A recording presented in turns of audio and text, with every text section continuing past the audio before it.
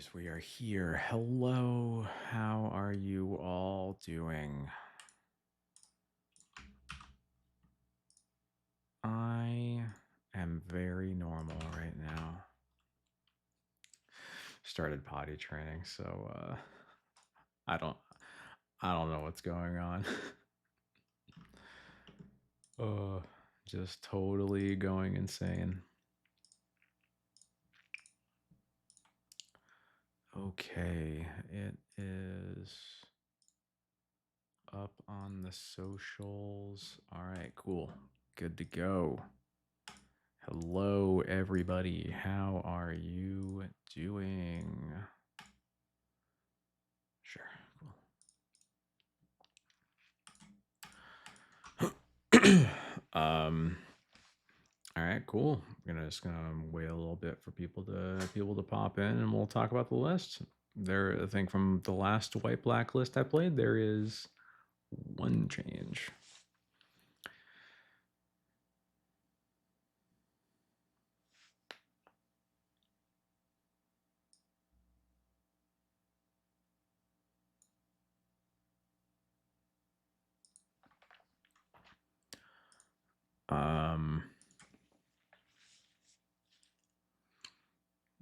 Yeah, the only change is I took away one deafening silence for one path to exile, just because. I mean, it's funny because I think I heard that the challenge that happened today was an oops versus oops finals again. But I did feel like from when I was playing this list about a week ago, I was feeling like I could stand to have like one more piece of removal in the sideboard. So I figured one deafening silence for one path is close enough. But yeah, I'm going to see how this plays. I'm feeling like this will something at least close to this is probably going to be the list that I publish for my sideboard guide on my Patreon. If you like to learn more about that, if you're watching on YouTube, it's in the video description. If you are watching live right now, you can type !SB guide to get details on that. Long and short of it is, if you subscribe to my Patreon at the $5 tier, you get access to a sideboard guide for whatever the latest build of D&T is that I'm playing. And I try to update it monthly. I've been not as good about that as I would like to be lately, mostly just because there hasn't really been, the meta hasn't been changing a whole lot month to month. And so most of the changes have just been like, oh, here's the latest ban and restriction announcement. So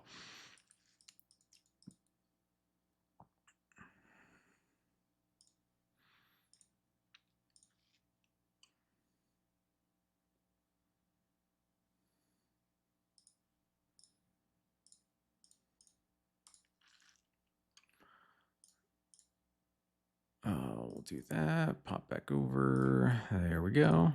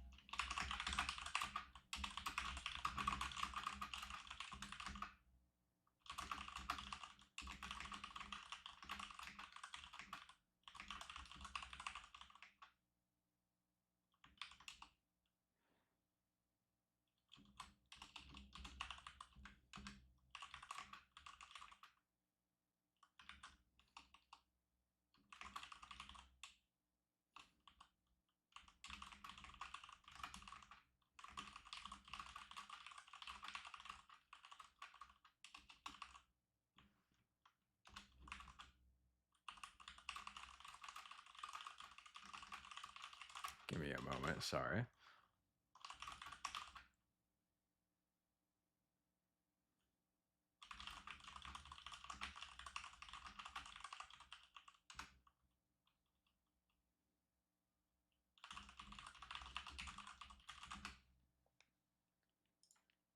All right.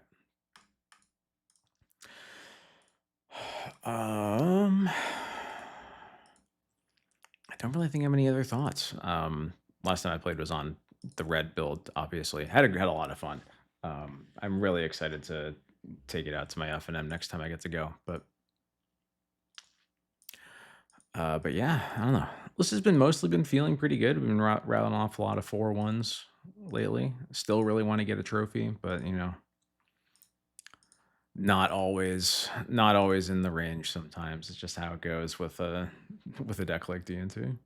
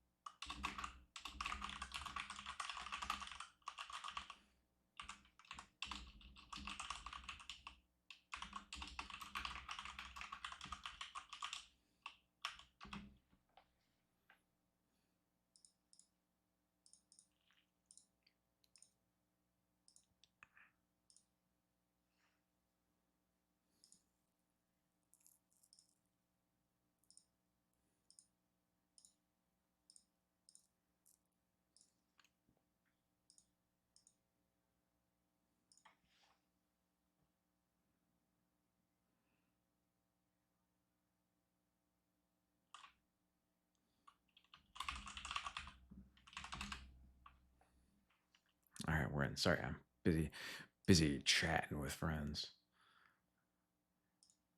All right. Let's get into it. We are on the draw because we're always on the draw. This hand is quite nice though. I think. I mean, yeah. It's got a vial. It's got lands. Yeah, this looks good.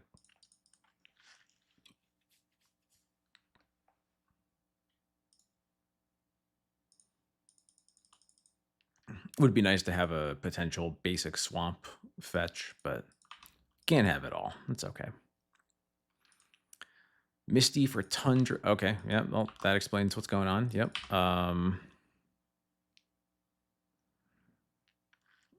Do I think I'm just getting turn 2'd? I feel like Nomads means we're getting turn 2'd, and I need to buy a turn. At least one turn.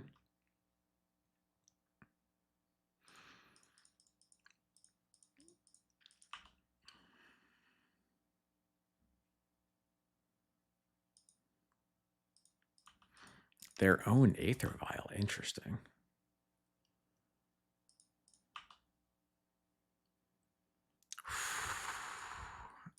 That's a good one. That is a really good one. I want to name Cephalid Illusionist. Cephalid Illusionist and Nadu. Okay. Cool. Next turn, I'm gonna cast Bowmasters, kill Nomads, and then take the Nadu.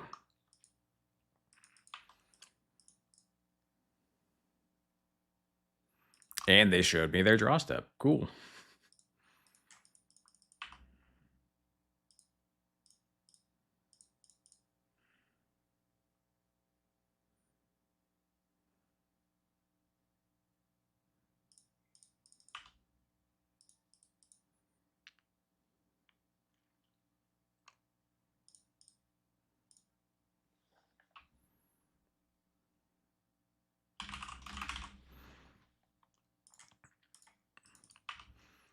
Man. What a good draw from it. That was sick.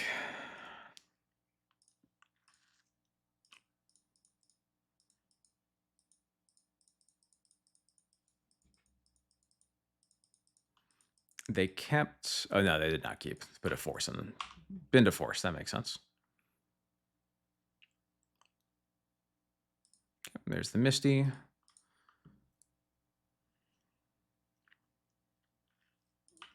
Interesting.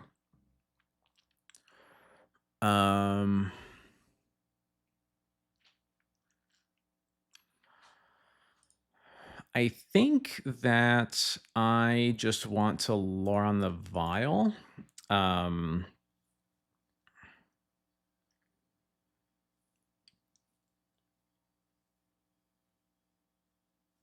yeah, I'm gonna do that. I think the only other thing we could really do is like potentially cast vial, but I think I like that just limits what they can do, and also Lauren activating Lauren is another layer of protection, essentially.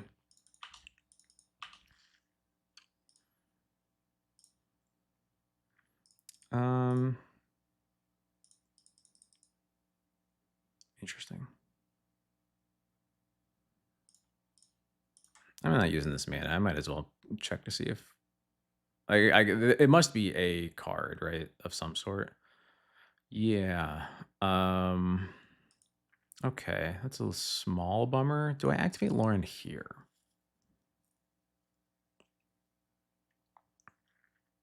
If they draw, it would suck if they drew a land off the top, but it's a way to make my Thoughtseize trade with a real card.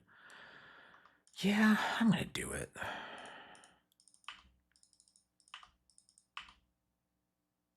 Okay, got a force. I'll take it. Play Vial, pass.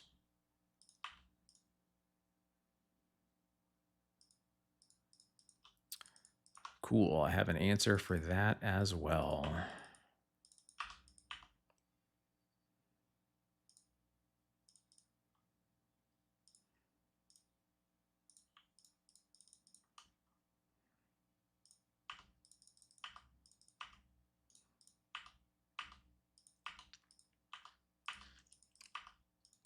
Are you going to Pioneer White Green so we can have 5 different TNTs? I will not be.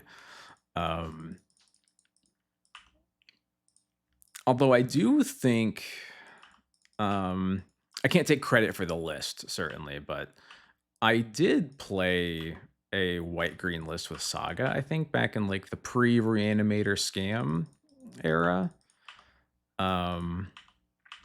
Again, can't take credit for it. A friend of ours kind of introduced us to that deck, but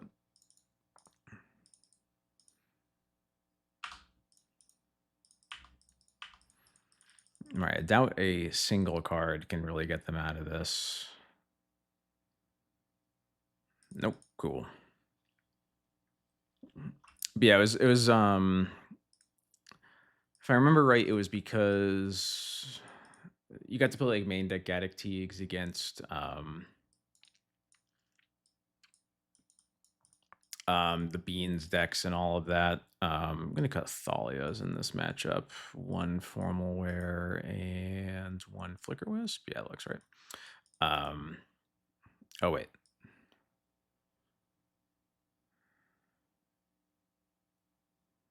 Right, I should have a container there. There we go. That's what I was missing. What was I saying? Oh yeah, it was like I think the idea, if I remember right, was like you had Urza Saga to beat the Grief decks because it was a way to like have a really powerful card in your hand that couldn't get griefed.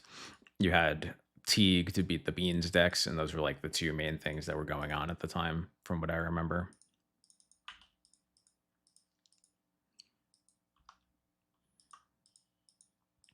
I also played, the green splash off of a micro splash off of black for a really long time. So I have a Savannah in my deck box that I really miss getting to put into play.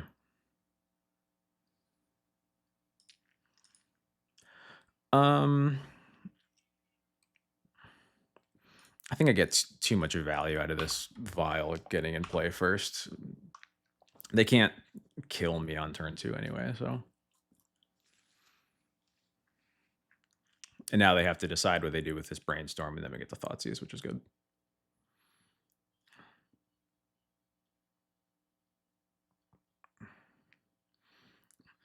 Explain to us your passion for white. I don't know. I th- I definitely talk about it like I'm a basic planes enjoyer or whatever, you know, and I think that's partially true. Um, but I think my love for this deck really just comes from the cards that it plays and not the colors it plays, you know? All right. Let's hope that they only have one thing that combos with this Nomads, please.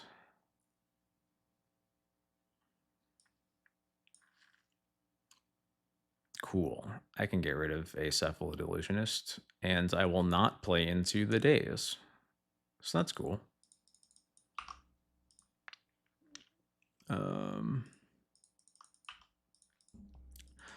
Teferi on the Vial is a little bit annoying, especially because I will then really want to Skyclave this Nomads, but such is life.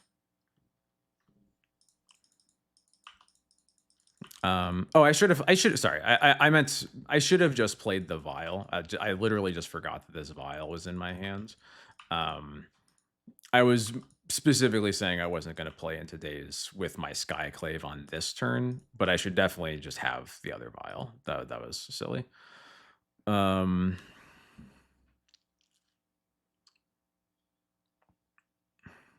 Flute on Nomads here protects us from quite a bit, and yeah, for sure. If they daze the Vial, that's very good for me. I definitely should have cast the Vial so that there's a Vial in on one in play right now.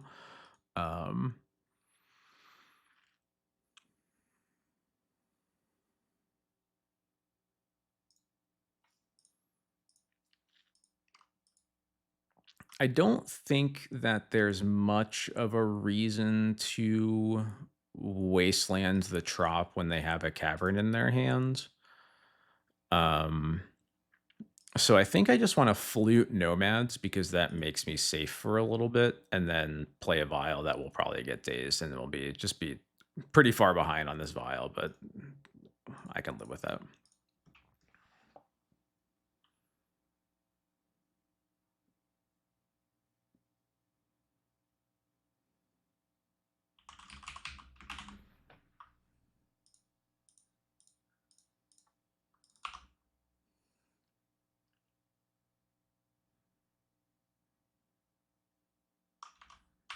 You got it.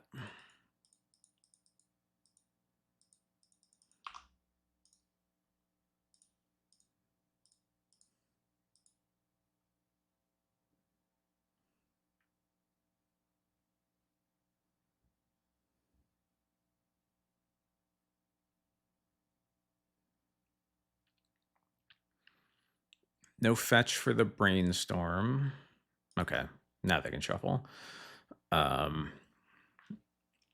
I would guess that they shuffled this Cavern away. Seems pretty likely to me. Oh.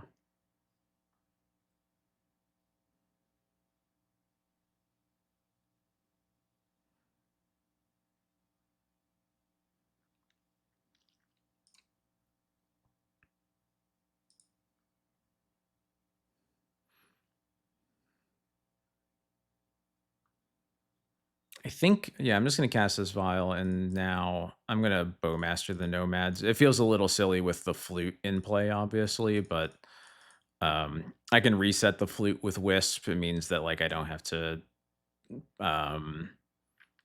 worry about my Flute getting prismatic endings. If this is good enough to eat a Force of Will pitching a Nadu, I will take that.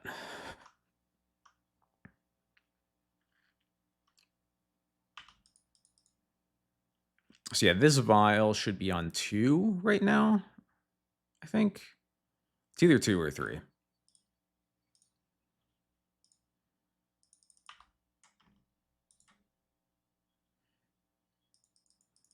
Okay, there is a Nadu. All right, I'm pretty sure this cavern is gone. I think they would have played it here, yeah.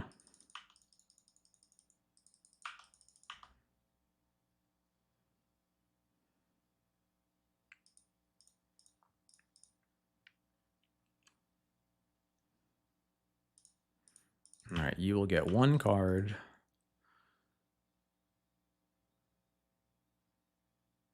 It's a Force of Will. Perfect. My favorite part about targeting Nadu with triggers is you can't draw a Force of Will on a Skyclave that's already resolved. Do I want to Wasteland this?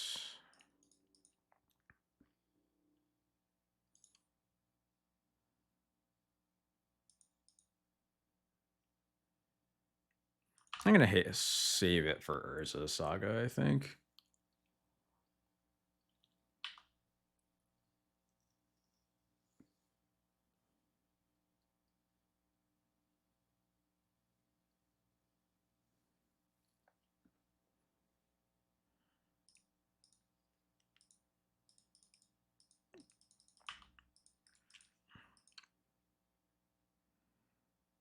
Yeah, naturally.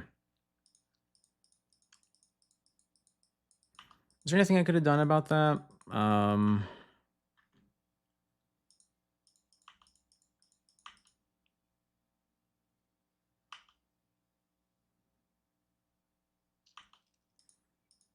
think not really.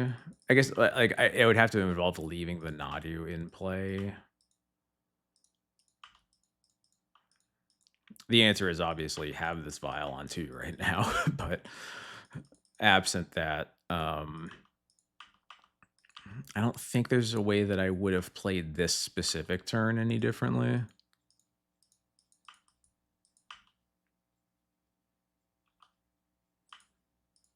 Looking pretty normal in terms of the deck construction. There you go. Dread Turn Memory Journey. Yeah, all looks very normal. Is there a single? There's got to be a shoot. Yeah, okay. There's one Shuko.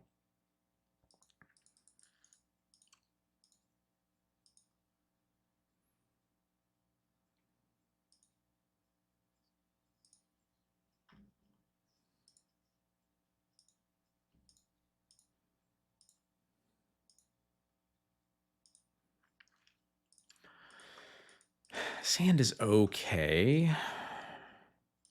We'll go with it. This formal wear isn't very good. It's probably going to be pretty easy to pitch to the Solitude. I'm really going to want a 3rd land to get to this Recruiter. But I think opening on Thoughtseize, my opponent's also mulling to 6. Not that I knew that at the time I kept the hand, but I think this will work out pretty well.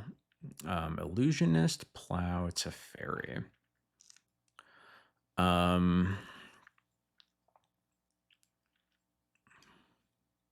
I don't think I really care about the swords here.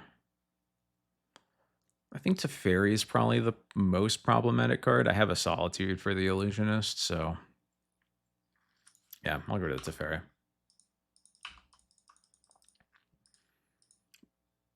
It means I will not be casting Sash into this Tundra, I don't think. Or into this white mana, whatever they leave up. If they play Nomads, if they just drew it off the top, I would cast Sash into that, but okay. I guess if I cast Sash, it would keep them from surveilling this turn, but that doesn't really feel meaningful.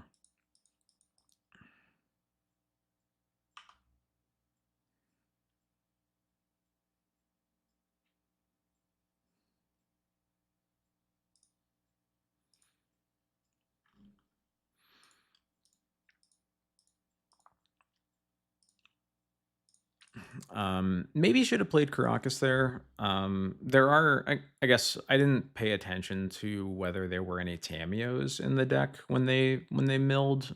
I don't think there were any. But if they happen to have one, I'm going to wish that I had Crocus in play right now. Just fetch island pass. Interesting.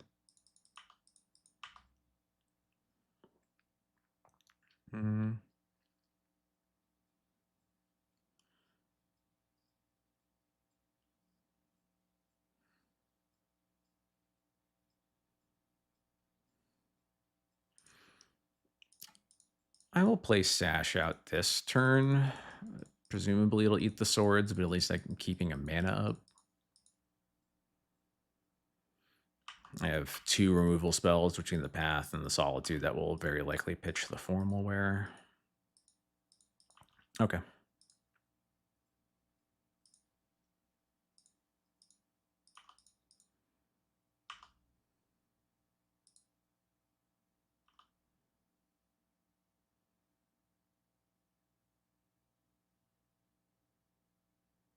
Yep.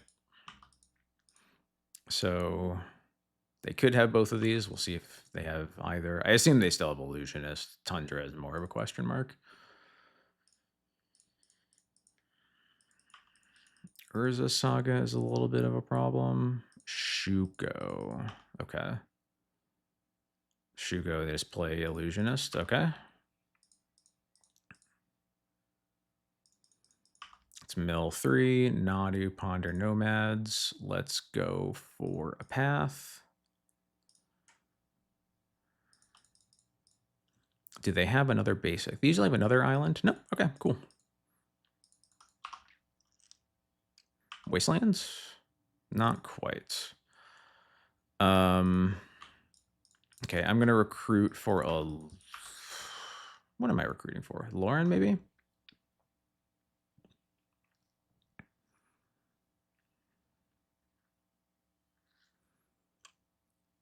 I guess how much do I care about this Urza Saga when they already have a Shuko in play? The answer is probably not a lot.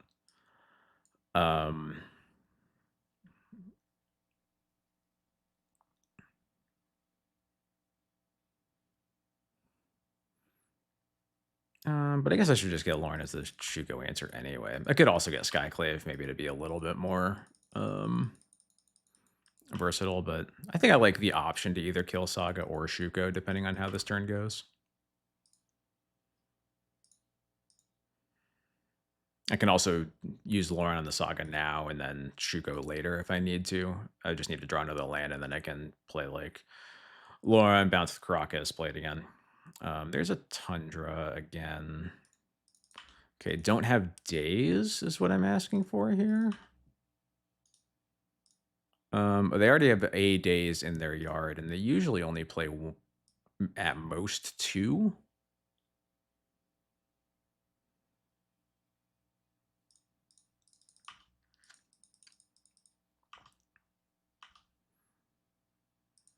Dread Return is milled. I don't, and Thassa's Oracle actually. I don't have a way to punish that, unfortunately, because my Sash is already gone. Okay, that's really nice. That is so good.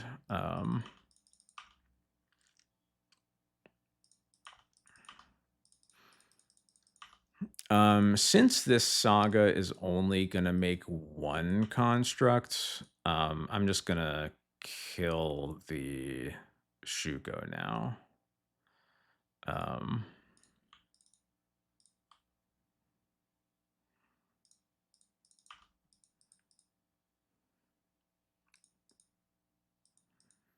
Do I want to bounce the Lauren right now? Probably not. No, I think it's actually more valuable that it's going to be in play because the saga is going to go away. They're going to get like a Aether Vial, I guess. But then once the Bowmasters is in play, then that's just going to make the Lauren even more scary. So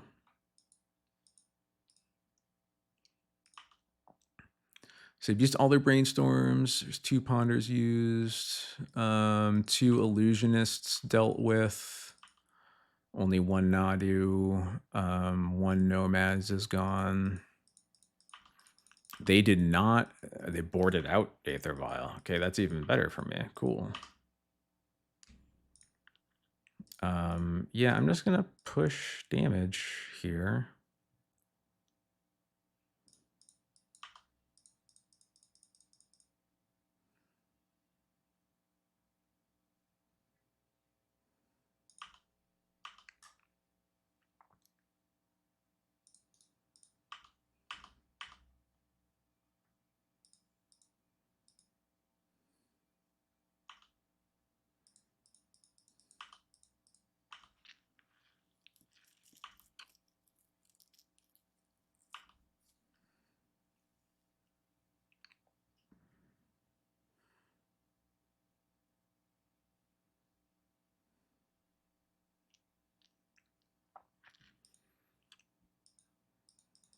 Another illusionist, okay.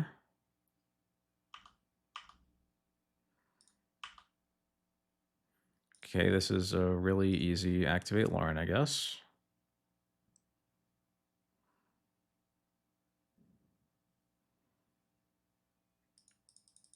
Okay, you got it.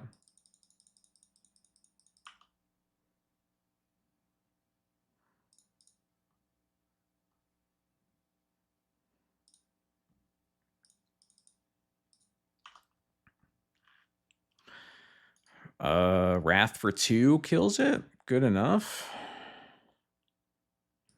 I'd rather keep that than not, so.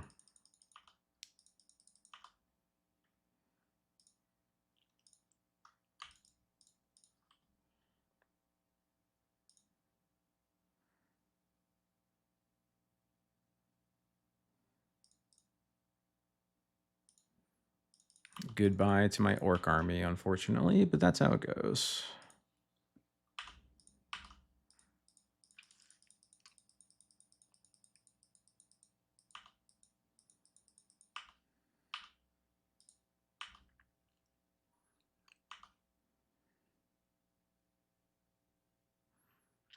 They can cast a Nadu now if they have one. Looks like they don't. I'll go ahead and surveil again. I don't want to activate Lauren here. I think us being at parity, or I want to keep the game on low resources for now, I think, until I have anything to safeguard me.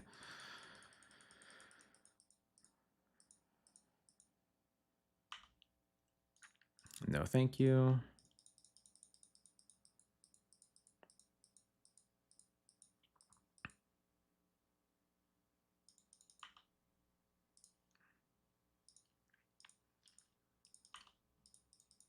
Interesting. What does that get me? I can. So Formal Wear is already pitched. Lion Sash is already exiled. So it's just Cauldron, Phantom Blade.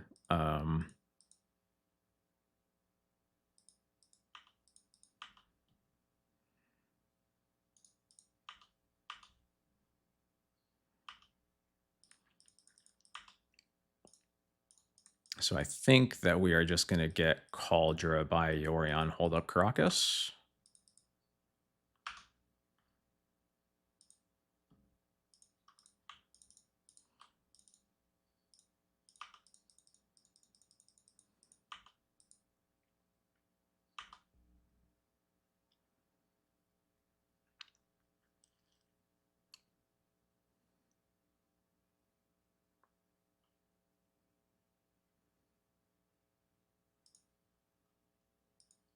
And we got it. Cool. Breakfast. Down the hatch.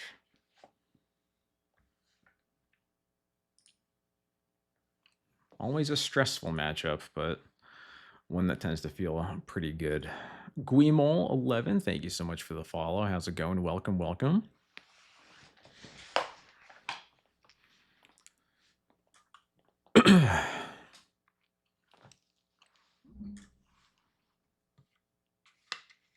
Just ate breakfast for dinner. Hell yeah, I did.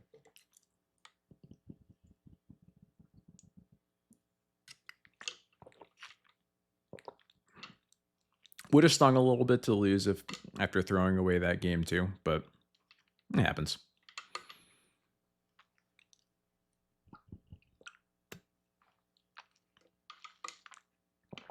The thing I always tell myself is that that's not the kind of mistake that I would make in paper, and I mostly only play for stakes in paper. So occasionally I play in like a challenge or whatever, but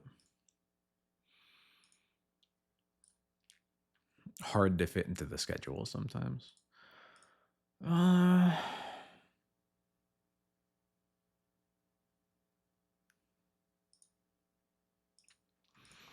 This hand looks pretty stinky, especially on the draw.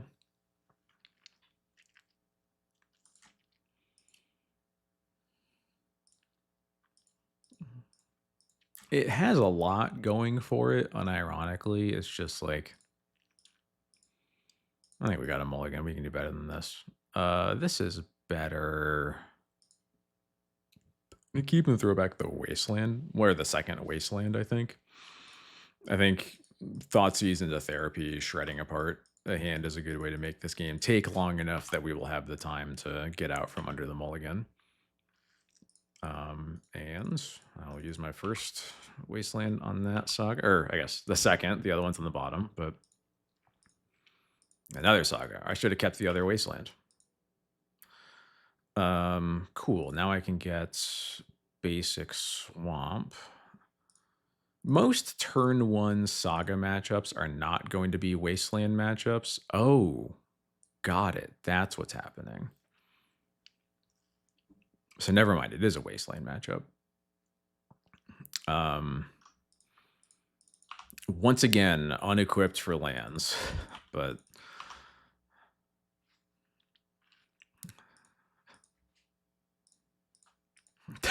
take exploration. Thanks. I appreciate it. Couldn't do it without you. Kind of sucks because I would like to deal with the 1/1 constructs when they activate this, but I think I actually have to. I am. If only I had blind named exploration with Cabal Therapy, right?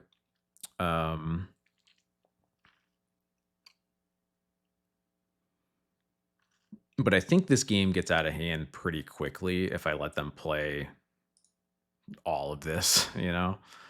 So I think I want to make sure that they have to play slower than that. Yeah.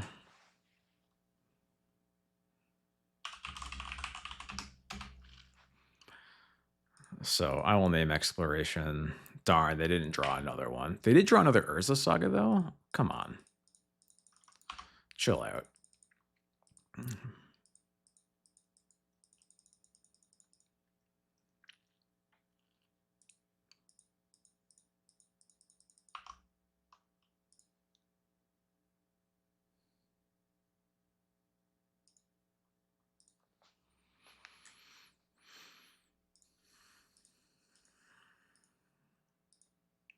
Seems going to be Mox Diamond. Yeah. Mox, get rid of Mazavith. Yeah. Okay.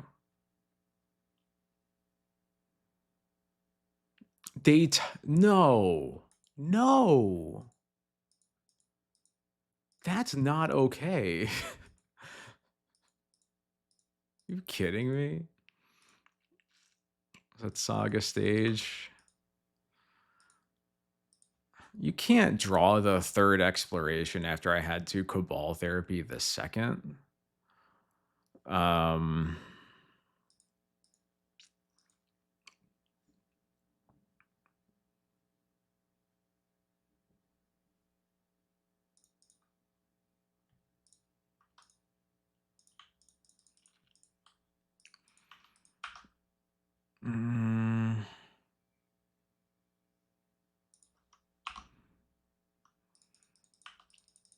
I'll do my best. But it's a real way to draw out of this one. Please just play Saga or play Depths and just make a Merit Lage for no reason. That's what I need right now.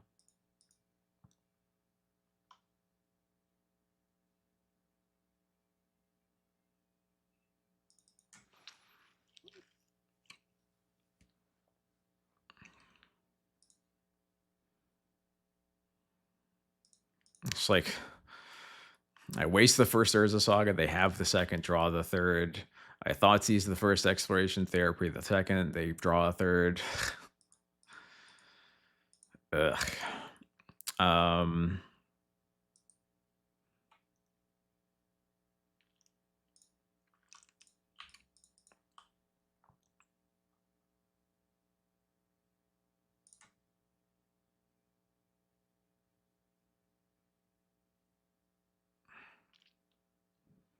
All of this sucks. I can't Lauren the Saga because they can stage it.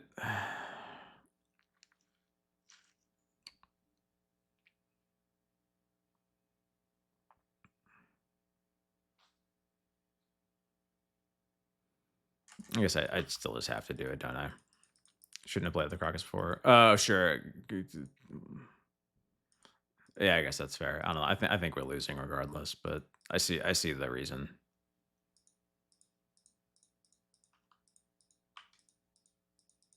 Am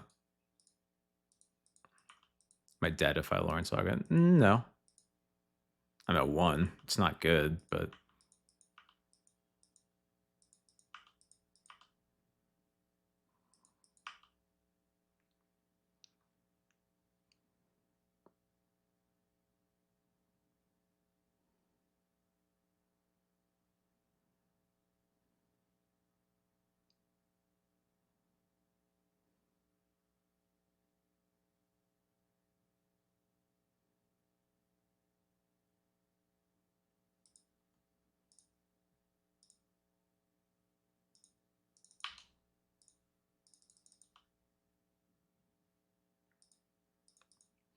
oh, you think it's not gonna be on 2? Yeah, gotcha.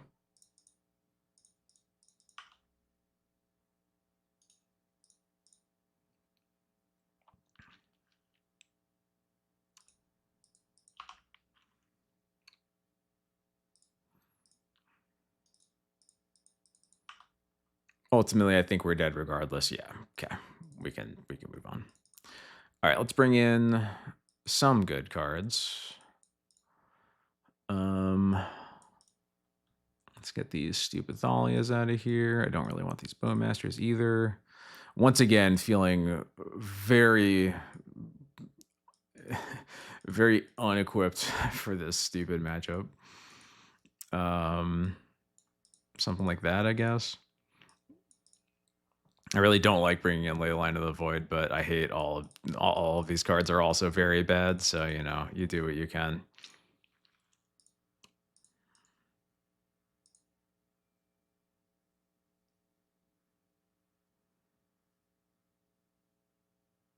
Yeah.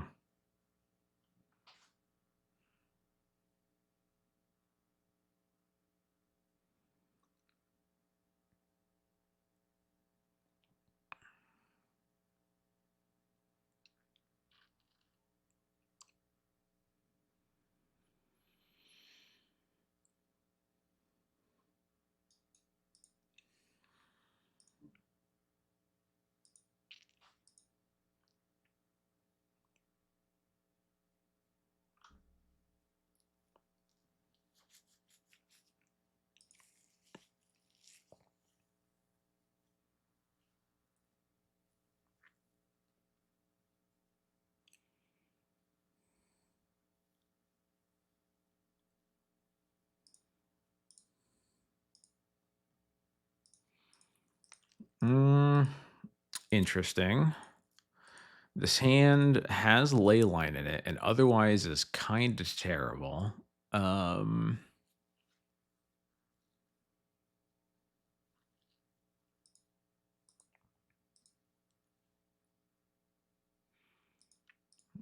don't think I can keep it because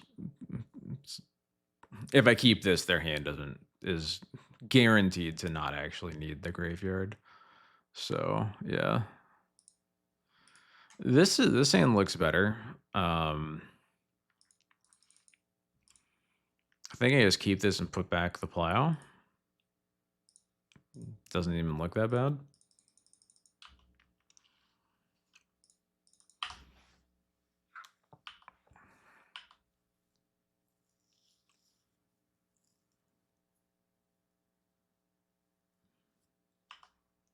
Sure.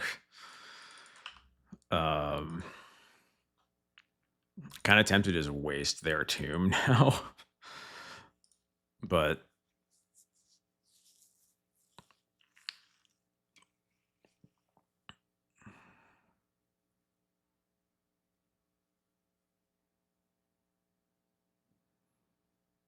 I think that's throwing a little bit.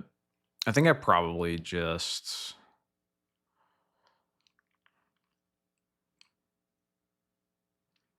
play Surveil here, probably. Yeah. That is the fucking worst. No. I can't draw this. I'm just gonna be miserable about the stone forges I draw later. Um,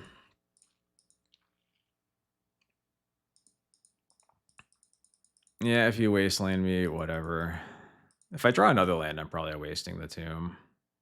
It's 3 planes too.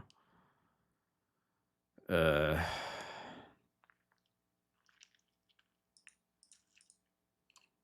no.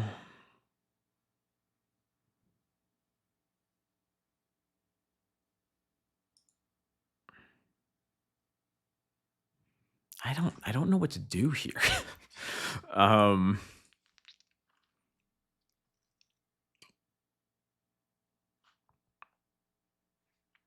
yeah, I guess I just waste it. I don't know. Feel like the thing is like anything that they are going to be limited by this sphere as much as I am if I waste this tomb, almost more so because I'll have a land in play. Um and like there's nothing that they can do fast enough to where I can't flute it basically. So I think that I'm happy to just slow the game down by doing this.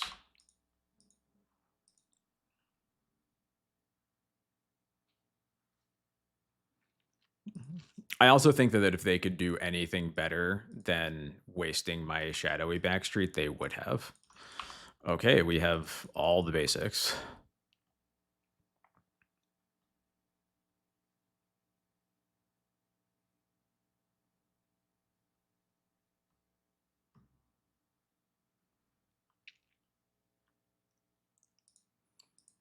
Okay.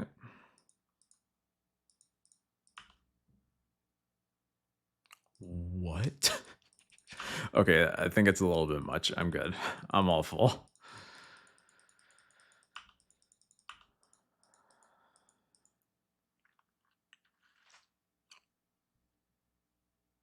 Now, is that literally 4 basic planes in a row off the top? Was it only 3?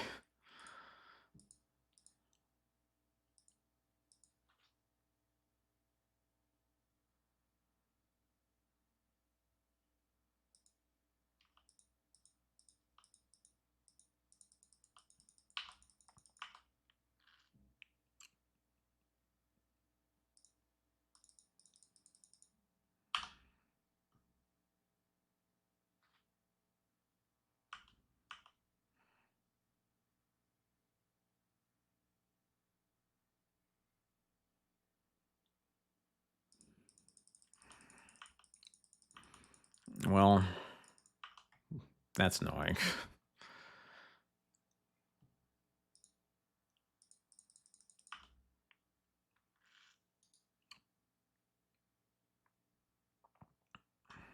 Maybe I was supposed to just flute this stage earlier. But I have to get rid of that. And I'm just dead.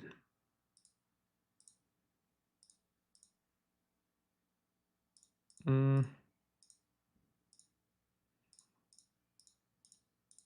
I guess we'll see what they do here. I don't know why they wouldn't just make a Merit Lage here, though. Yeah, okay. I made this comment when I saw that this list, I think, got like first or second in a recent challenge. Is like, I feel like this deck is really stretching the limit of like how many lands can like put into a deck with exploration in it. Like, what is this? You know?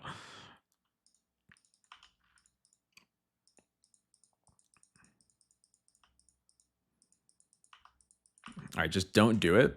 Just don't. All right, I tried. Oh, okay, cool. They just they only removed an ice counter, so I will I will now name stage.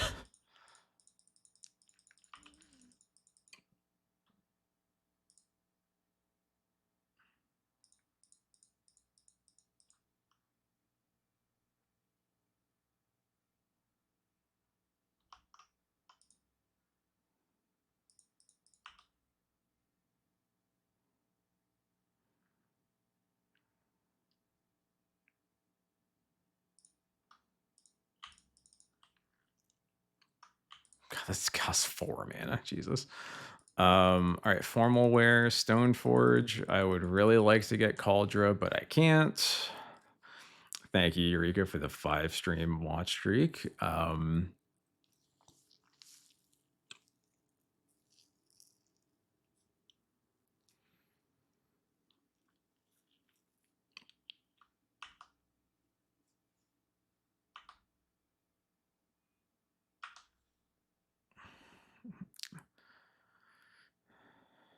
I think I just get another formal wear.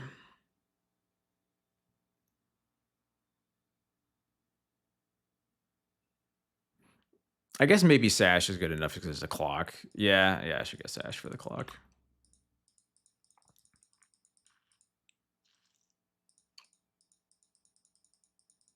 Okay, you got your own flute.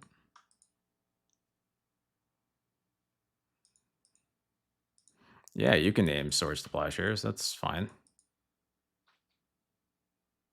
Okay, they finally have green mana, but they don't cast anything. Okay.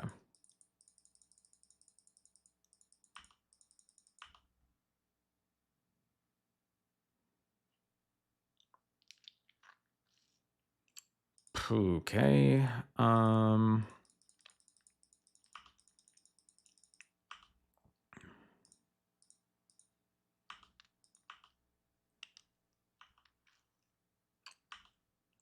I guess I guess they're not doing anything because they want to Urza's Cave this turn. Yeah, okay, that must be what it is. Um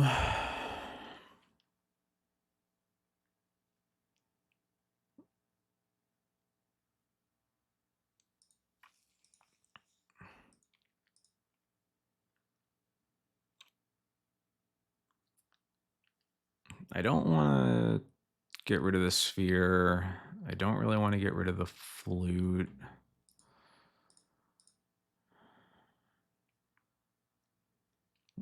I don't want to get rid of the Witch Enchanter because one of the things they might get off this Urza's Cave is an Urza Saga. So, I think it's probably either Urza Saga or like Maze of Ith. So, I guess I'm just gonna pass. I could put Yorion into my hand. That would mean I have 1 Sash activation. I think that's fine because I'm only doing it for clock anyway. So.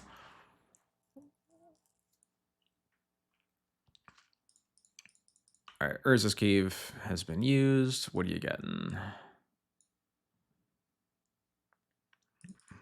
Saga. Okay. Just 2 wizards blasting flute music at each other. You know it. So they can't really cast any spells and still be able to make an Urza Saga construct token. So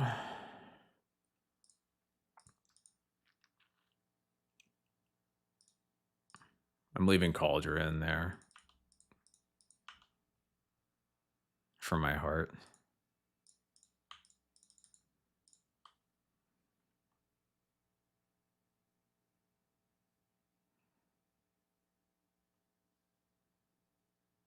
There's over it, I guess. I don't know. You make a 3/3 construct. I guess that won't really end up mattering. I don't know. That feels a little early to me, but I'll take it.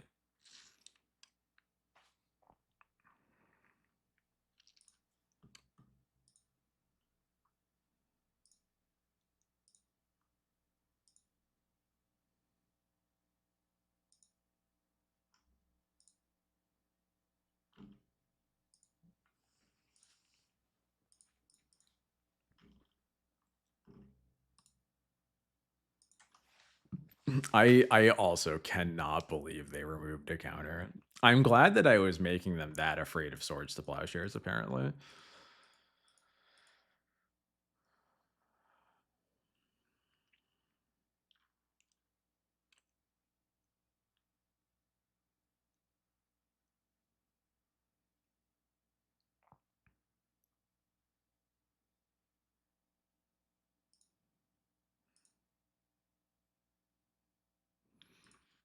Got Vile, Stoneforge. Really, the only thing I could ask for is Wrath of the Skies or a Wasteland.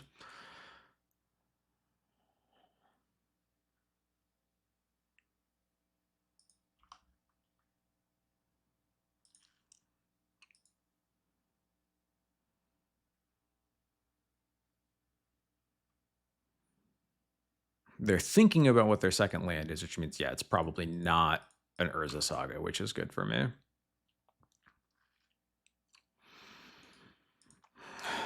I really want to, but it's too risky.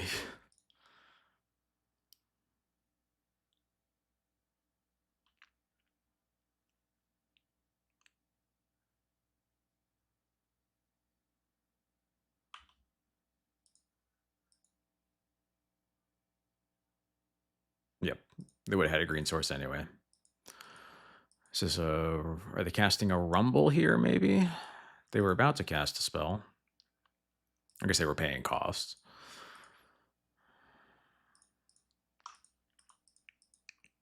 Okay. Yeah, I will go ahead and surveil here. I don't need another planes right now.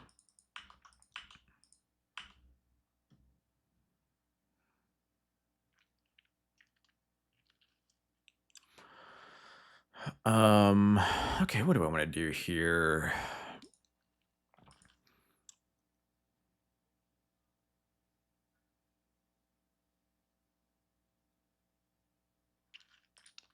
So I think I'm playing Wasteland, casting Stoneforge. The Stoneforge is probably going to get a Cauldra, though it could get a Lion Sash. And I'm going to waste the Urza's Saga in their draw step, probably. Or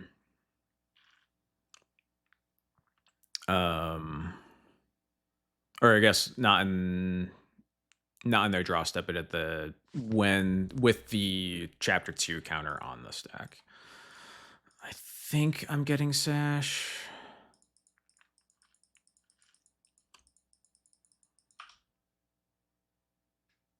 Yeah.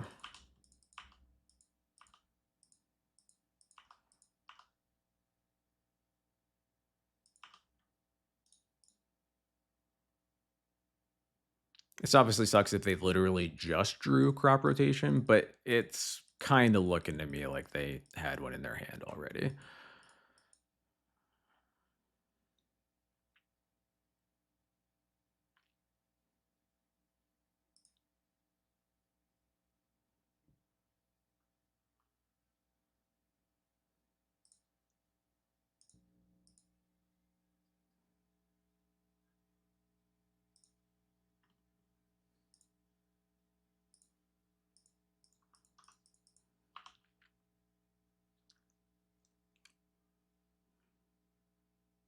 Nope.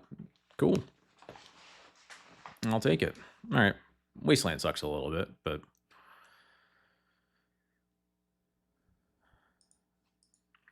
deal. I love drawing basic plans.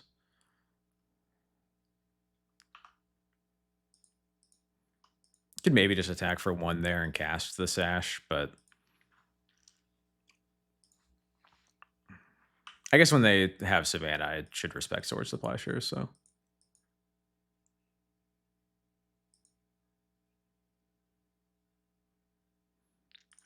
Well, that's a bummer, but we'll figure out what to do after this. Hate drawing basic planes, game loss every time. Skill issue.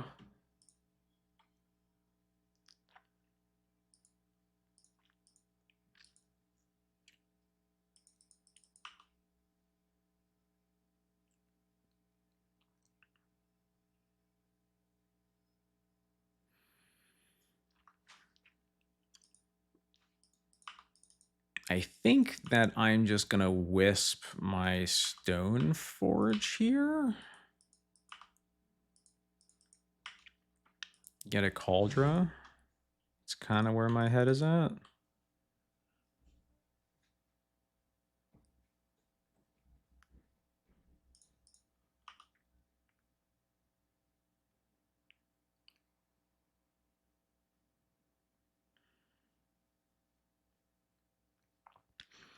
A loam here, sir. Will okay. They say they do have plow. If my opponent can draw a loam, things get out of hand real fast. So I just want to get the game over with while I don't have an answer for thinking they have a Rashad import in their deck. Whoa. Based, based, based, based, based.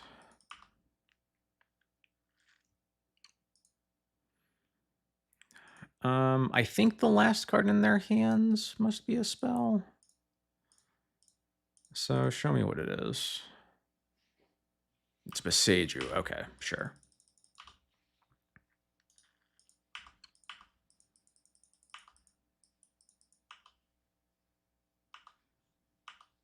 I also want a Rashad import in my deck. Very relatable.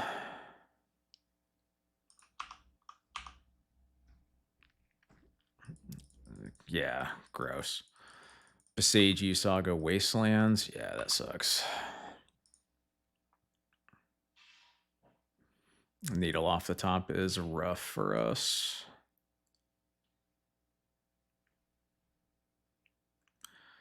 So they have 2 Besejus in their hand right now.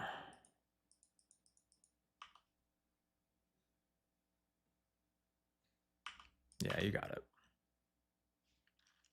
Perfect draw.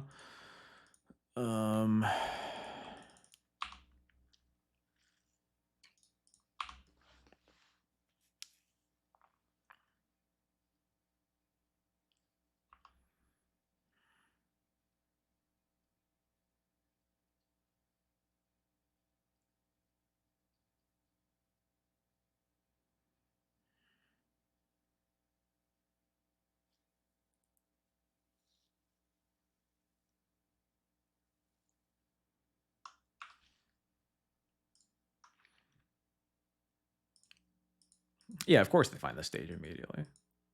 That goes without saying. They just loaming, you know. Yeah, you can waste me.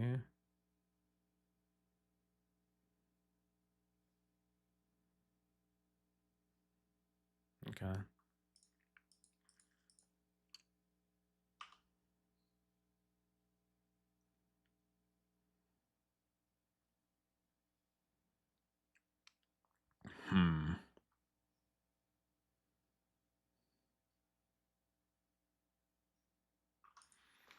It's a couple turns too late, but what's the best thing that we can do with it?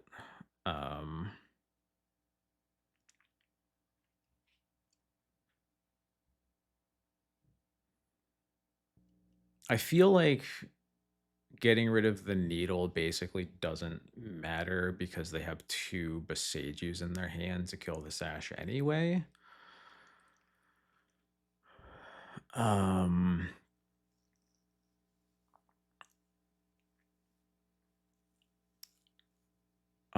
Getting rid of Saga would keep them off of 1 construct. I think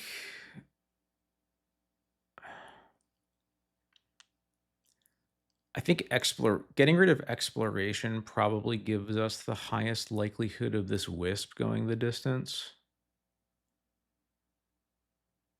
Because it's that they can't be like ghost quartering our basics and also threatening us with Urza Saga if exploration is out of the picture.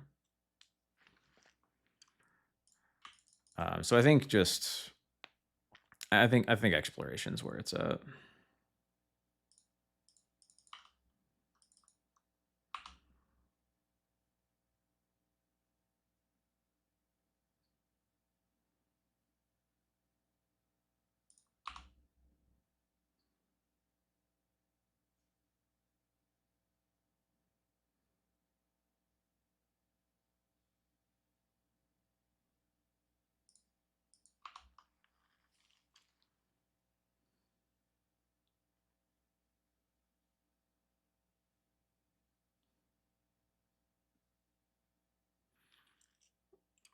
So hand is Wasteland to Beseju's something else.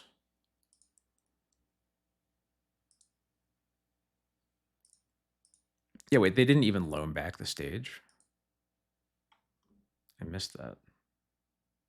No. Yeah, they got back 2 Wastelands and a Ghost Quarter with the loan. They didn't even get back the stage. I totally missed that. I guess their feeling is they don't need a copy stage when they can loam it back every turn, but they didn't dredge loam, so I'm kind of confused now. This isn't quite adding up. I will take 4.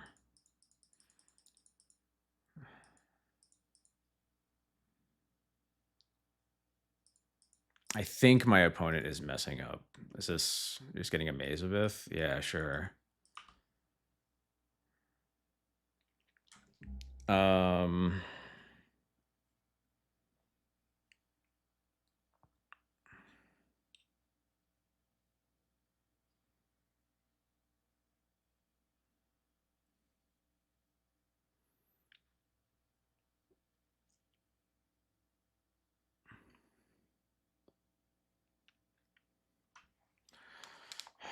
okay, what's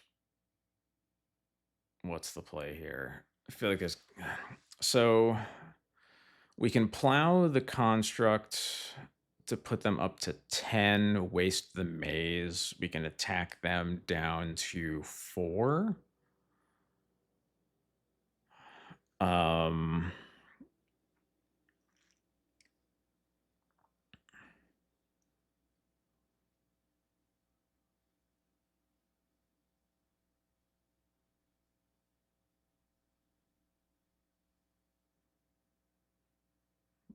we could just attack without plowing, but that feels.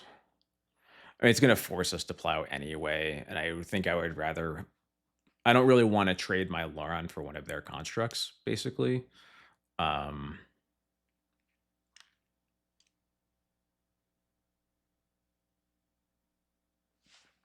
so I think I just want to, yeah, waste the maze, plow construct, attack for 6, put them to 4. Um, well, the reason I don't want to take that trade is because I think Lauron drawing us into more copies of Wasteland or something like that over the 2 activations that I could potentially get out of it before this game gets very, very out of hand, I think is a way that we win this game.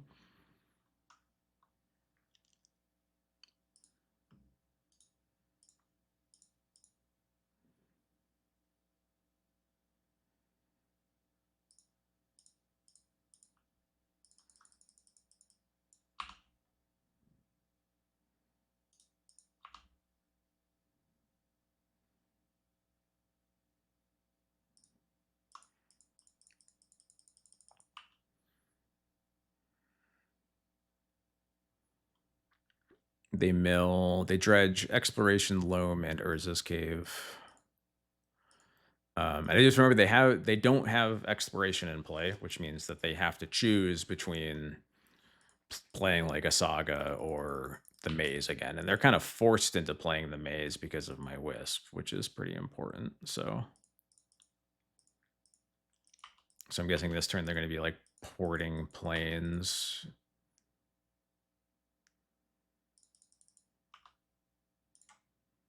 I guess they actually can't port planes. If they port planes, then they're just dead on board. So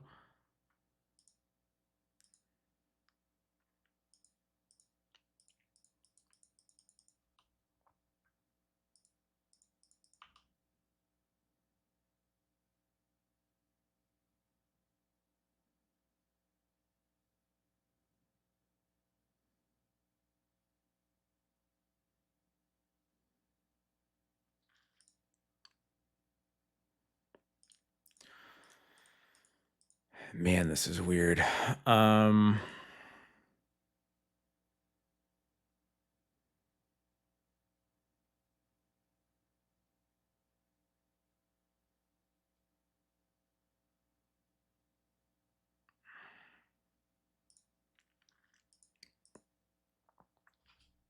Yeah, it probably is just last turn's line again.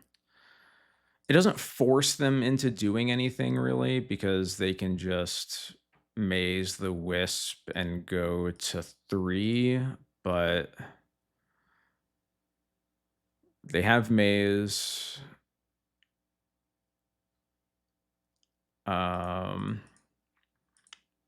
Caracas Replay Lauren is the same amount of damage. But it doesn't let me activate Lauren to dig for more wastelands. It also sort of eats up my mana next turn if I need to have another attacker in play. Or sorry, I guess it would be in play then, but I can dig before Caracas, but not without giving my opponent a draw at another exploration.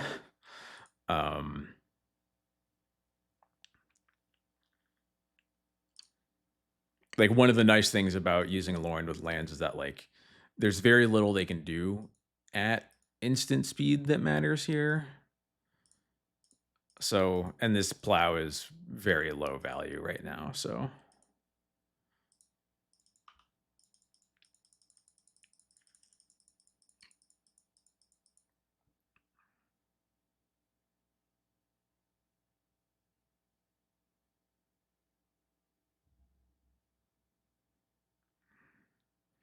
I am probably going to Thoughtseize. Maybe I should have Thoughtseize before combat. I don't know if that's really going to matter, but.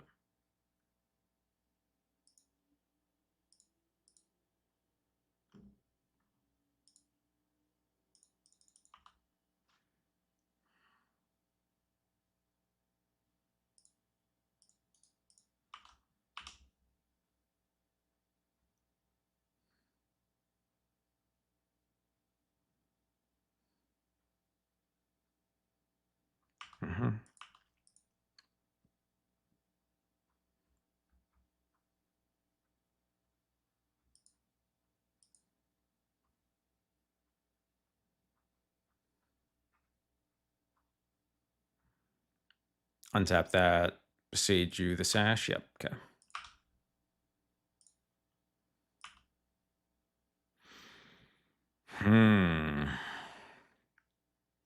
That's not. This is a way to kill them without a damage step. So yes, we're keeping that.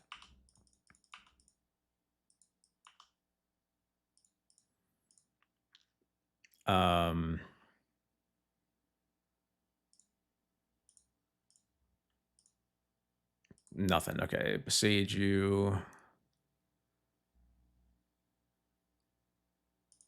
Cool. Okay. I may have literally known about all of this. I don't know for sure. Point is, my opponent can only do basically two things next turn. They can besiege you something, I don't even know what, or they can I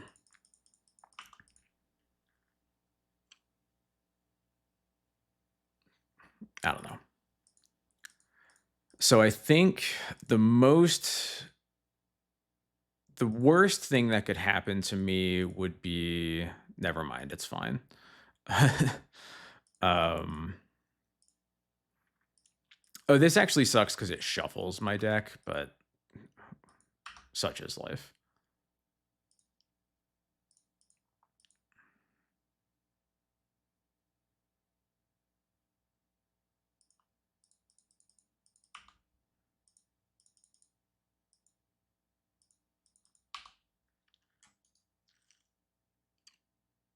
Oh, I guess it doesn't force a search. So I maybe could have declined that, especially because they tapped the Ghost Quarter. I guess even no, because they went after the I guess I should have just not searched maybe.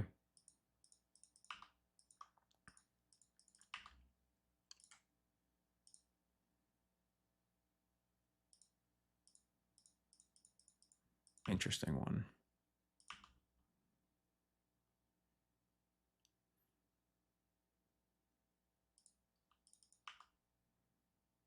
Maybe I'm supposed to just cast this. Ooh.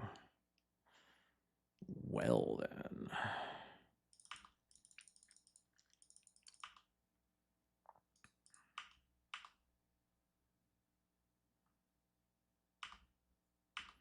I think that does it.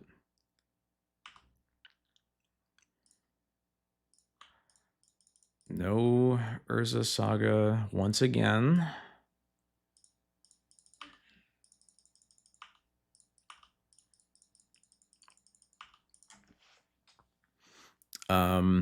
I got bailed out a little bit there. I think I was probably supposed to just cast the Solitude in response to the port to get another attacker to kind of get to this board state, even if I drew like something bad. But I guess it is worth noting there's a lot of 2-power things that I could draw. And a land is a good draw because it means we can still cast the Solitude. So there aren't that many bad draws there, I guess.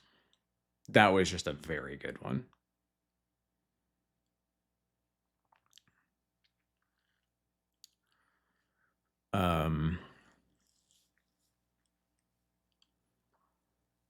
There's not been a Tabernacle in play once, funnily enough. I've just been thinking about it because it's been a very weird match.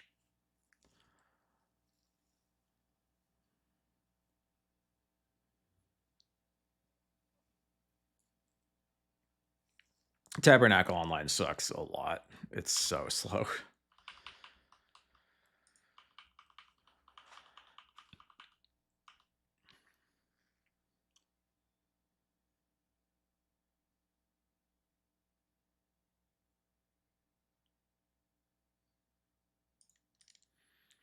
What's worse, Tabernacle Online or Tabernacle with the old mistrigger rules? Absolutely Tabernacle with the old mistrigger rules. It is not even a little bit close.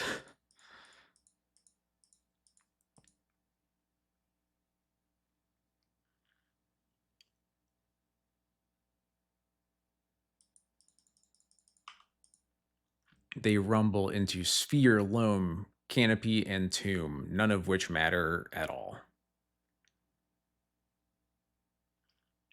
Believe the correct play is take Tomb for the Gentle Person's concession.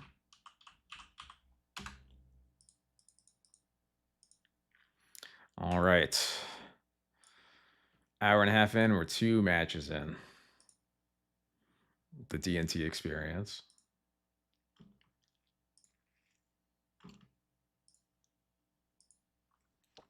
You know, a better player would have beat us, but I'll take those. I work for the ones that you shouldn't get, you know?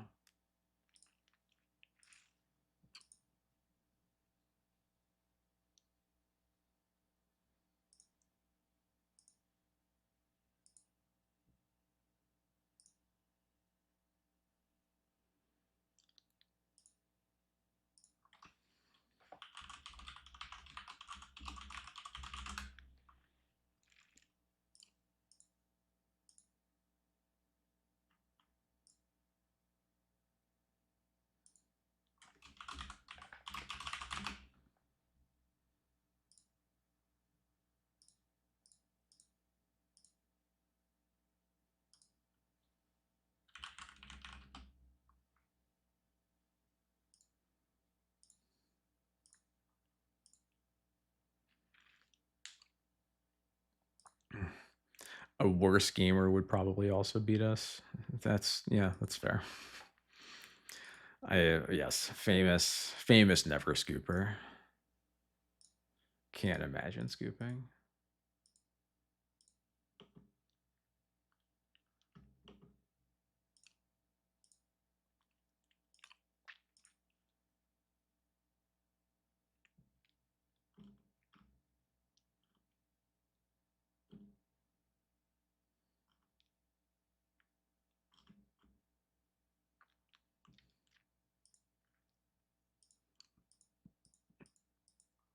All right, I'm on the draw again.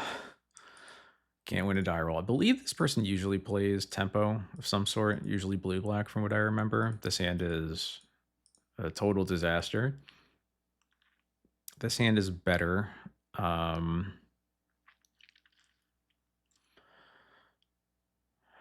gonna keep it. What am I throwing back?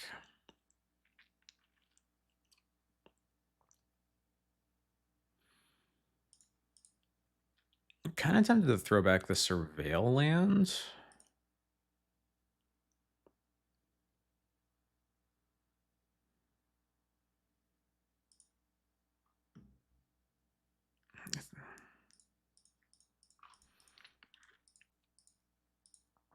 Yeah, I think it's either the surveil land or it's a therapy. The main reason I'm thinking about keeping therapy is I don't know for sure what they're on. Um, and therapy looks better against tempo when I'm thought seizing first. I guess my thought seize could get days and then it would be sad, but I feel like against tempo it would be nice to have the second discard spell just to bridge into my 3 drops. I'm gonna try it. It's close between the two, I think.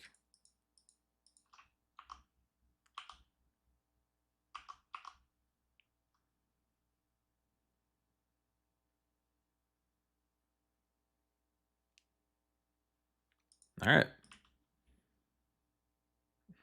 Totally different.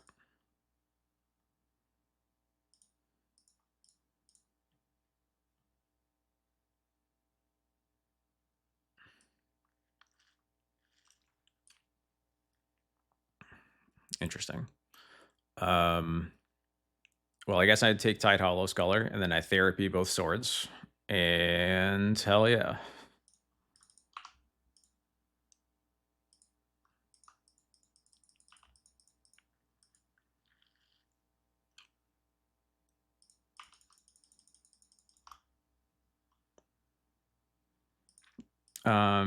Tempo, you could play the Surveil turn 1 and then try to get punished. And you said, but I think if with that hand that's so 3-drop heavy anyway, I would very likely be playing Thoughtseize on turn 1 because if they want to trade their days for a Thoughtseize, I am happy with that exchange basically. So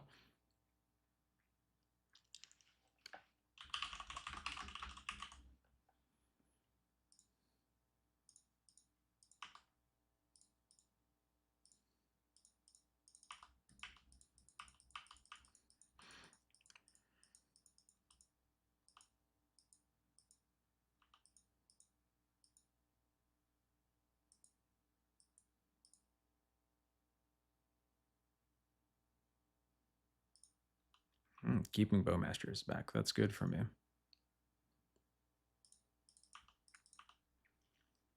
I am somewhat tempted to Solitude the Ocelot Pride, but I don't think I have to do it right now. I think I can wait like a turn. The 1/1s aren't useless because the Bowmasters can make them trade, or at least like trade up with a Stone Forge. Though the Formal Wear certainly helps with that as well. Another land is perfect.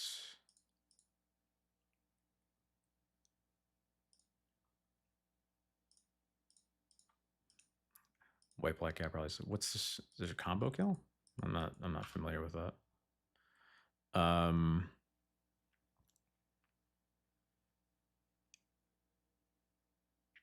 What do I want to get here? I'm gonna go for Phantom Blade.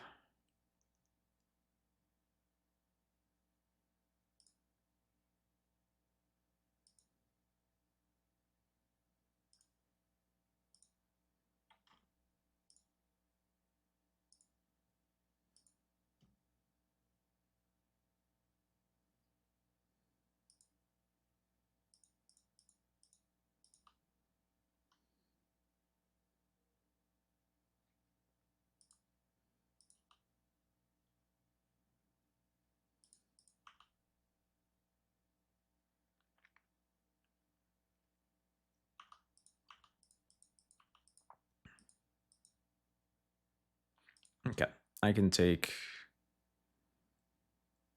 Honestly, is this where do I force the Bowmaster here so that I can just Formal Wear back the Stoneforge? Doesn't seem like the worst thing ever. 3/4 is pretty big. I think I actually do like that.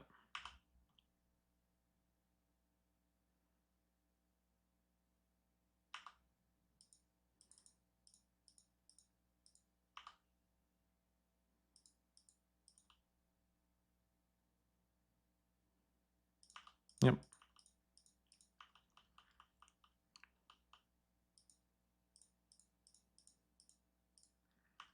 Playing Caracas. Okay.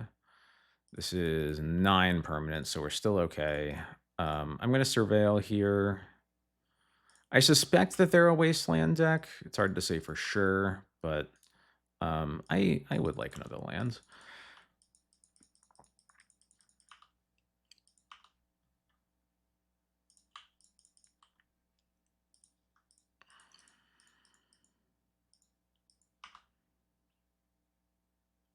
What am I getting here? There's 1 card left over there. Yeah, I'm just gonna get a Cauldra.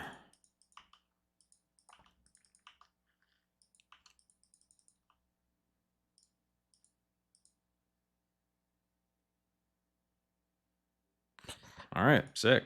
I'll take it. Let's get some removal in here. I don't want therapy in the end. Probably just don't want Lauren either. Thalia is not great, but if they're just trying to attack with a bunch of tiny creatures on the ground, then first strike can matter sometimes. Yeah.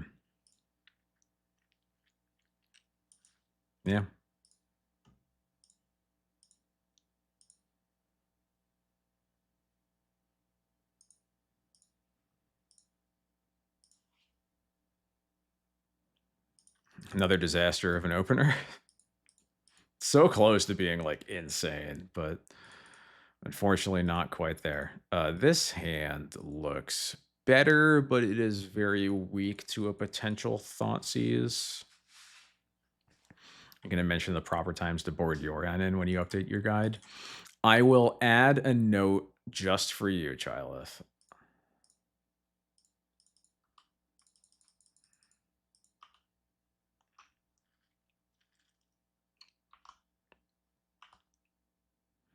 White source? No. Okay, how badly do I want to lose to Wasteland? I think very badly.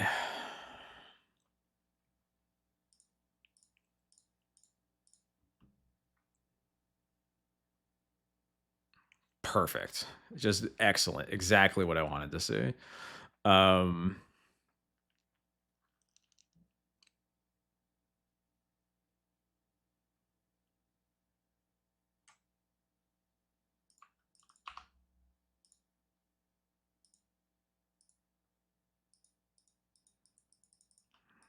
Should have gone basic swamp.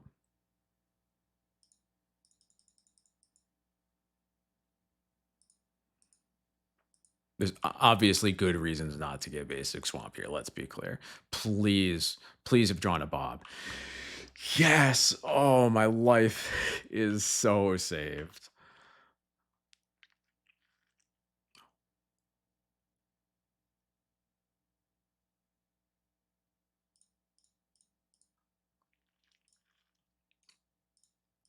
So I'll keep my land. You will not keep yours shortly. This is not fair. This is so unfair. I'm not sure that this is even right, but I'm gonna do it.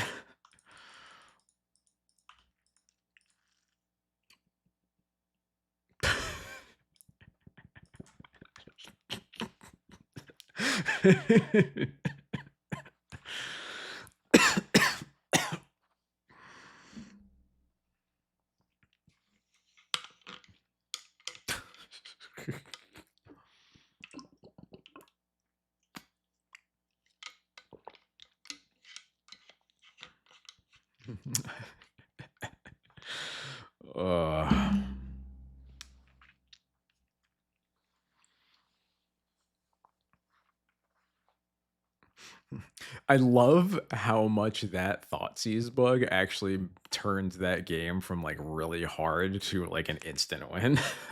If I had picked a different card at random, because like maybe I was just supposed to make them like I assumed that they would like wasteland me and then play Bob, because like fetching for a scrub land in particular is like a pretty strong message that my mana probably isn't all it's cracked up to be.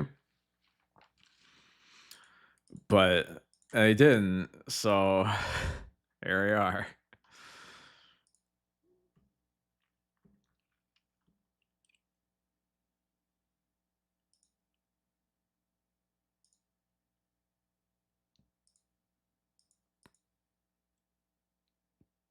Last seen playing John Reno. I feel like I played against them a um a couple weeks ago when they were on Reanimator. So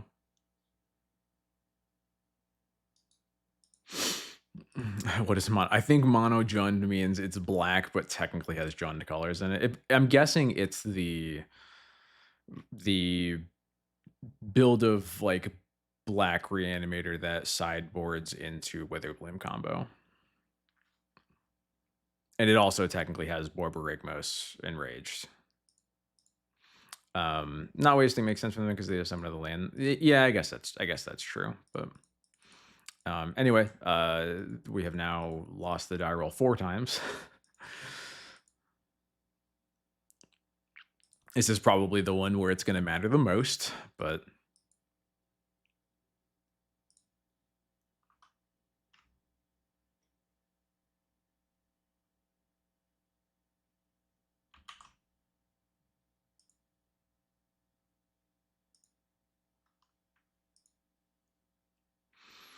you know, I would also rather lose the die roll than the match. I fully agree with that.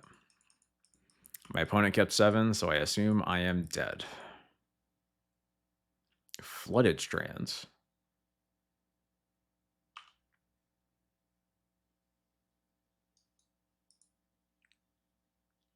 Well, that can't search a basic swamp to cast a Dark Ritual. It could cast, it certainly can still cast a Dark Ritual, but it's just breakfast. Okay, I can do that. I can do that.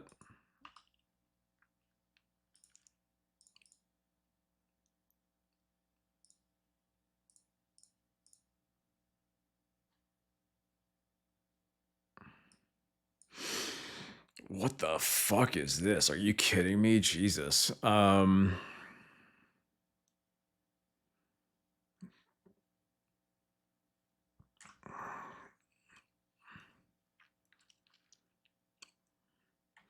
So one line is take Nadu and just like make them play illusionist, and I just have the solitude. But taking the Nadu with this Thoughtseize is like such a strong signal. Holy shit, Caleb!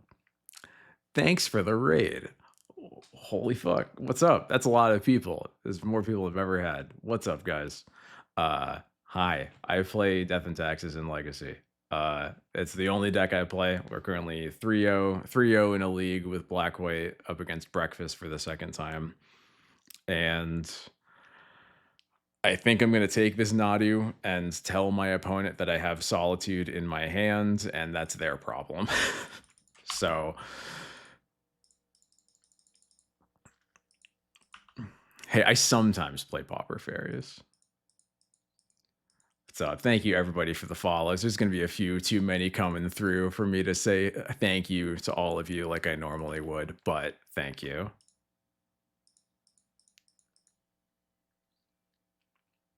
You got it, opponent. Cephalid Illusionist. Go ahead and equip.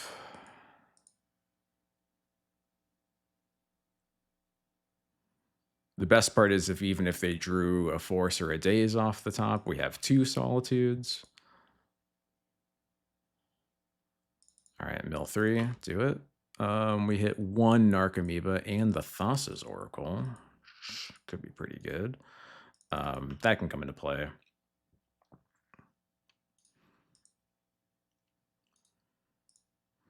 We will get rid of the Witch Enchanter, I think. Yeah.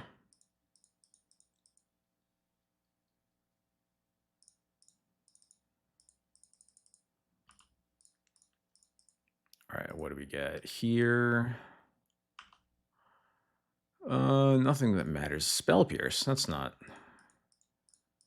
It's an unusual card, not like a crazy card to be in Breakfast, but an unusual one. Yep, that is fine.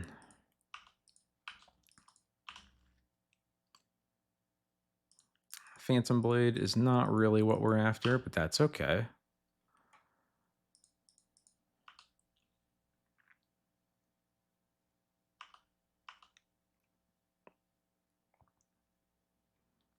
No attacks. Interesting.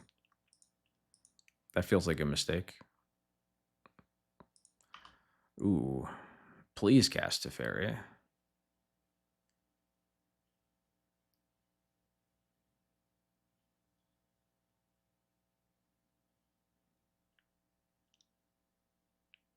Is this Teferi? Okay, cool. So I will go ahead and Bowmaster the Narcomoeba.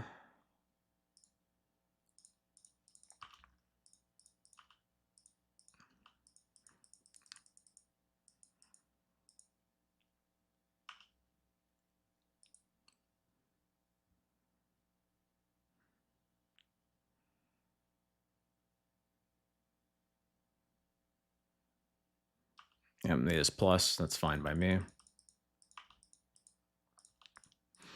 So you have spot protection. You want to have spot protection, but you don't know where your Vines of Vastwood are. Play Veil or Safekeeping. Is this is in Pauper, I assume? I feel like I would probably play Safekeeping. Yeah, Snakeskin Veil. I would probably play Safekeeping on the assumption that big card you want that against is gonna be what's it called? Crocodile Shaman, which Snakeskin Veil does not work against. I guess yeah, it really doesn't. Teferi is at 5. I can put it to 4, 3, 2, 1.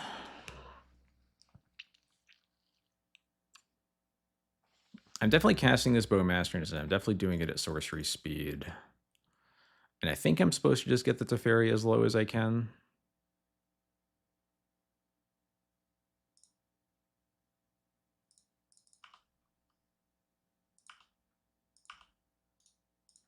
The sooner this Teferi is gone, the better. Game gets a lot more playable.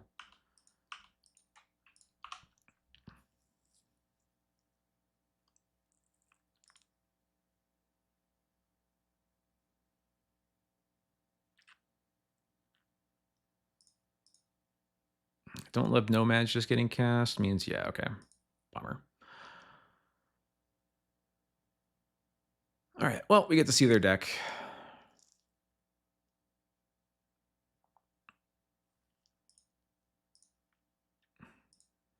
Most of these lists look pretty similar, but this Spell Pierce is an oddball, so we'll see what else is over there.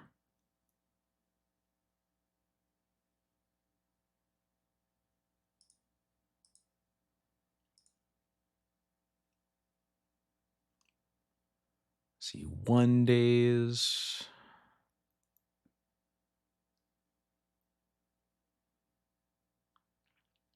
There's 2 Surveillance, 1 Hedge Maze, 1 Meticulous Archive. There's the Memories Journey. Is that only? No, there are 4 Nadus. Okay. Trying to dodge you to not ruin the content. Cute into JR. Get owned. So just 1 days. There's 1 card we can't see. I'm not gonna bother sussing it out. So let's board in some good cards and hopefully not get top decked so hard this time. I'm gonna get the Thalias out of here and 1 Flicker Wisp, I think is what I did before. Did they Dread Return Thurkle? Yeah. I guess I'll be honest. I only kind of paid attention. I don't bother checking to see if my opponent like mistargets the Dread Return or whatever.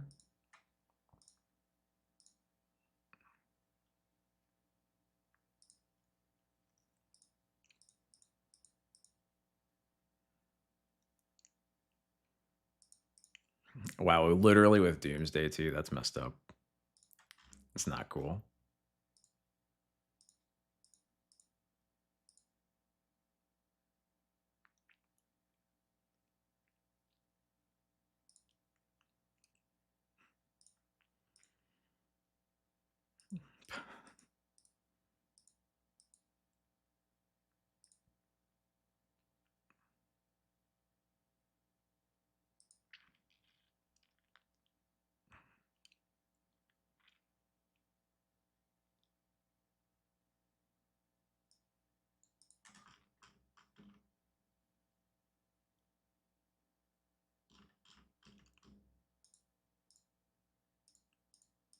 Wait, what slow Doomsday deck are you playing now? Now that you can't play Psychic Frog?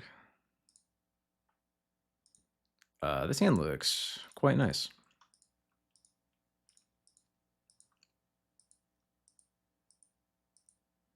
Are you posted? All right, I'll check after the stream.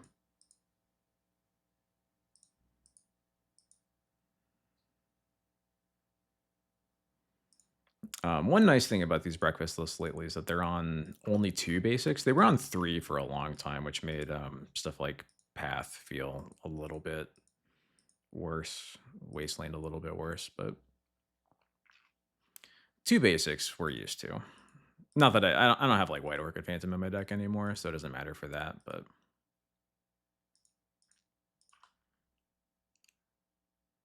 all right. What you got? just trying to turn to me, huh? All right, fine. I'm gonna take the Nomads.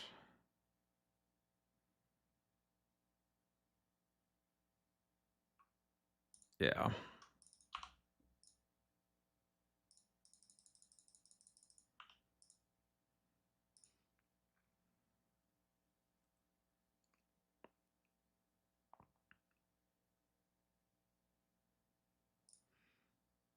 Tundra Ponder, I assume. Yep.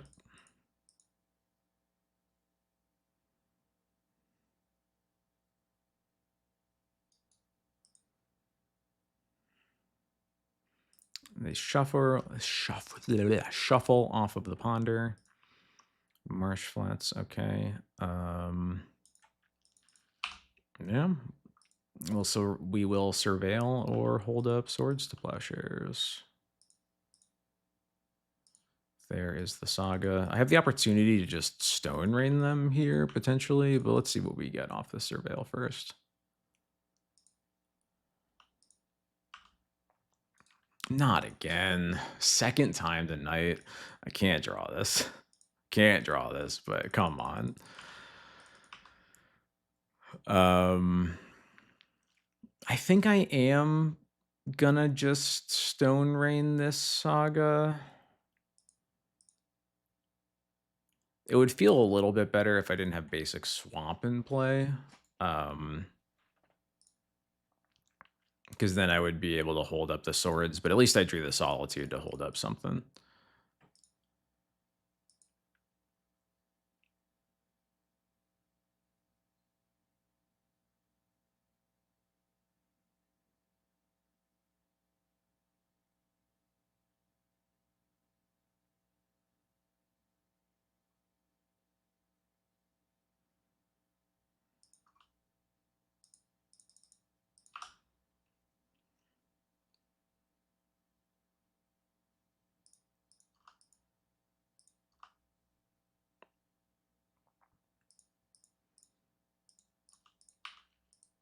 All right, glad I was not forced to Solitude.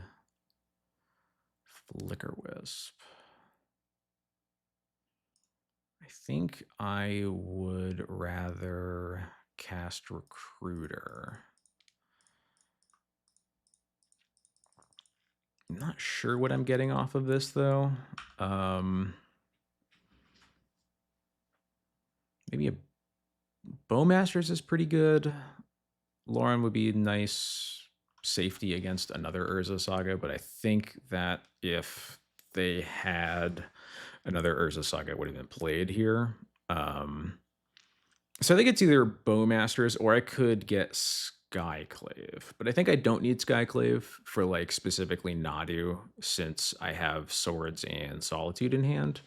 So I am going to go for Bowmasters. Yeah, it's just a nice, it's one of the,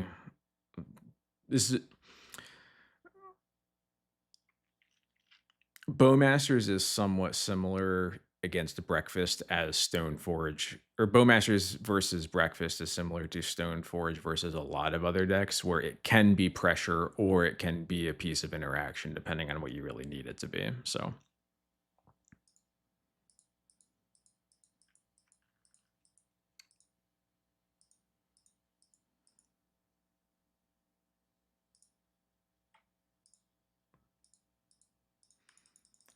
Shuko Illusionist, it looks like.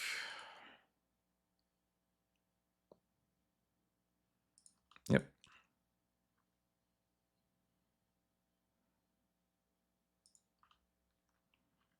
Hit Narcomoeba and Dread Return. Do I want to play around days?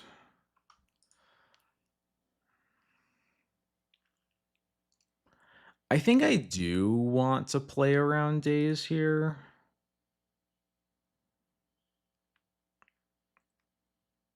I guess they have one. Is it really? Am I really going to do that over a single days in their deck? I'm kind of giving it away by the way that I'm posturing here, but yeah, I'm gonna play it a days. They just have so few copies, which means that I'm just gonna get really mad when they do have it. It's Memory's Journey also. I guess that kind of sucks because now I can't just like top deck a Sash. Would be cool if I could. Actually, I guess with 4 mana, I can still top deck Sash. Just because when they're tapped out, at least I can. Okay.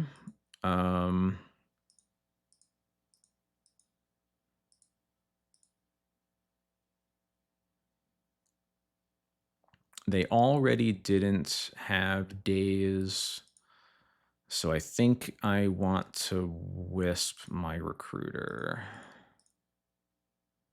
And then I'll have Bowmasters up. And I'm going to get some white card with the Stoneforge. I'm not sure what exactly.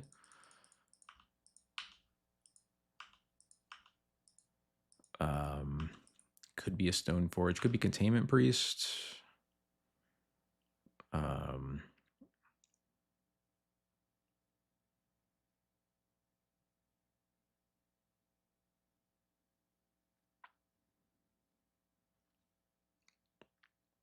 I guess I could get Lion Sash, actually. I'm going to go for Sash here. I actually like that quite a bit. Kind of forces the issue.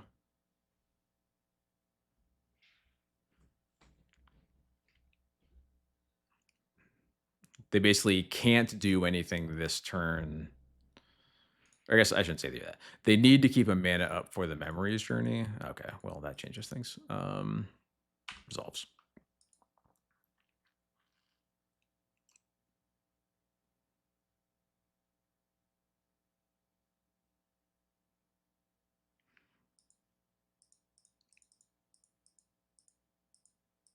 Yeah, right. We did find our Solitude pitch card, which, you know, was the reason I was definitely getting a white card.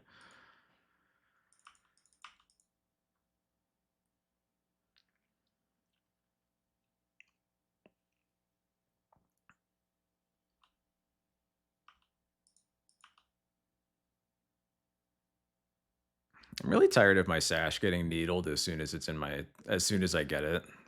The 2 times I've wanted Sash needled on the spot. I don't think I want to Bowmaster here. I think I just want to attack with Wisp and then put Yorin in my hands. If my opponent trades with Narcomoeba, that has the potential to complicate their Dread Return lines. It's unlikely. It's a long shot that really ends up mattering, but I think I'm pretty happy if they decide to trade.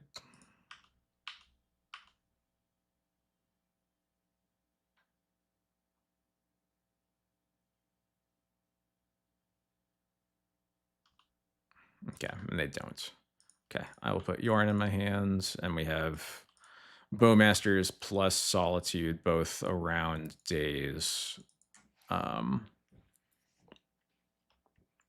as interaction points before we try to shut the door with this Yorion.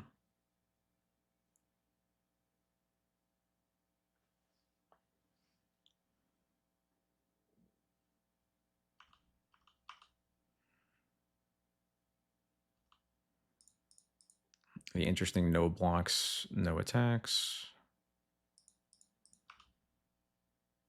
Yeah, I'll get rid of the Shuko.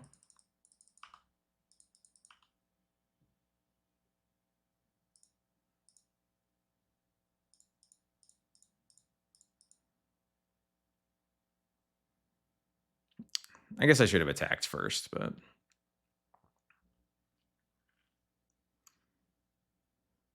I want to get rid of the Shuko because the the needle is gonna get removed later by the Yorion, I think. Um, and I have more time to do that if I get rid of the Shuko and make them have to get both halves of the combo, basically.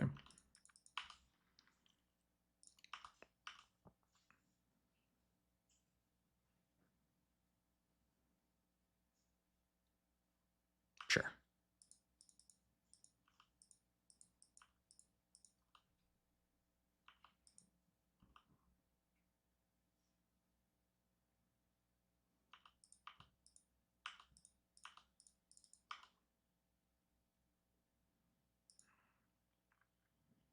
Interesting.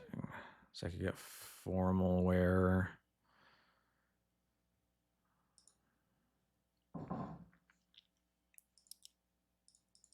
Let's start with the attack. Um,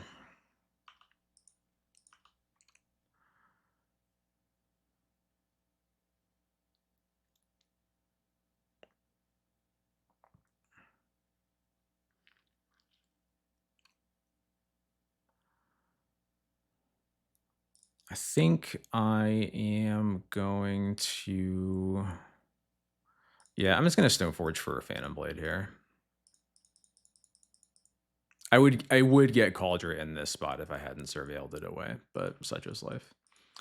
Is there an argument for playing Sash? Do you mean playing Sash after we've Witch Enchanted the Shuko?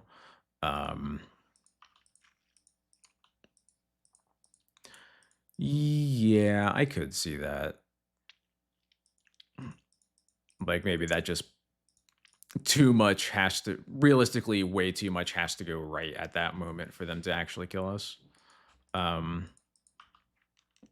think this potential Swords to Plowshares in their hand is probably the most salient reason not to. Because if they're sitting on a bunch of cards, I have to assume that some of them are just removal.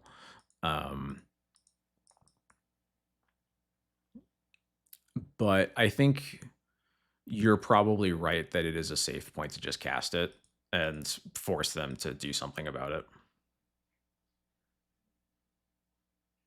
Is this it's a Teferi, okay. Now that I can't hold this up as interaction anyway, I'm just gonna get this in for the clock.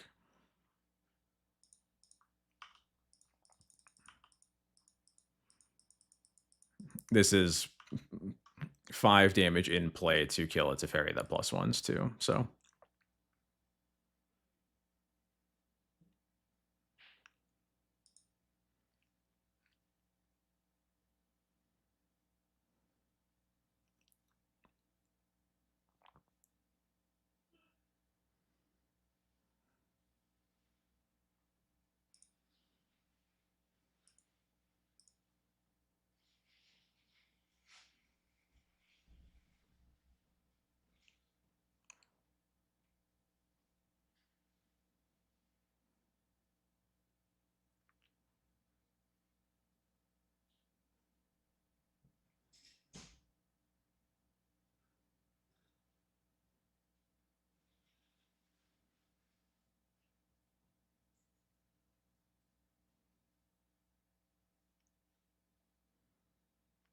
They sure are thinking about it.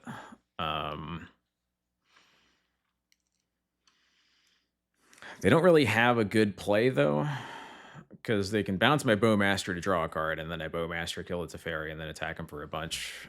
I assume they aren't even bouncing. I mean, that's just strictly worse than.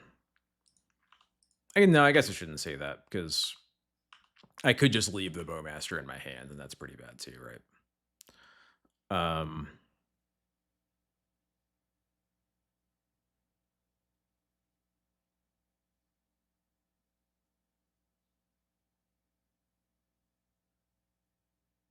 It is, yes, it is strictly worse than bouncing the Bowmaster token. That you are right about.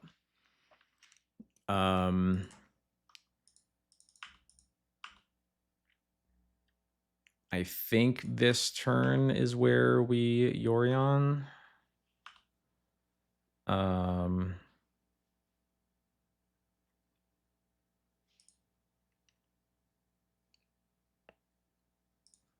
I should fetch with this now, I think. I guess I do have one Scrubland in my deck still, so it would have been fine, but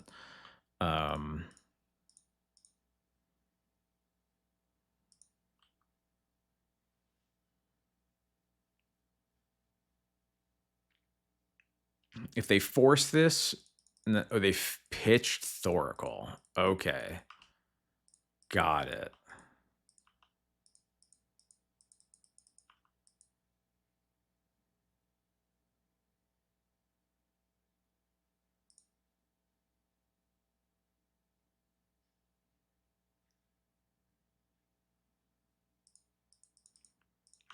Okay, they are struggling. They are officially struggling.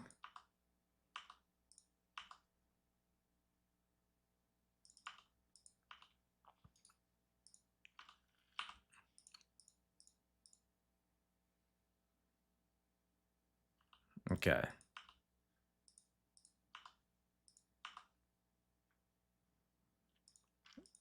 They have one card in hand. I'm just holding up interaction, making sure that they cannot randomly like nomads plus Nadu us or whatever.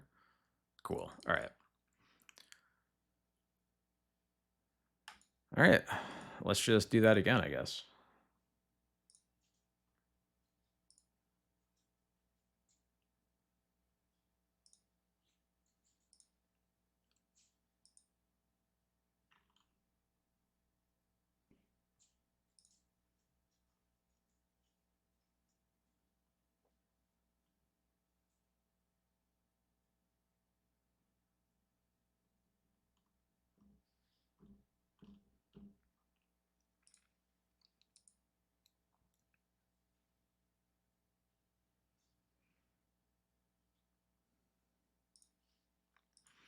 Yeah, I think the waste opponent's timer argument would hold more weight if we didn't have over half the timer going into the last game, but you know, I get it.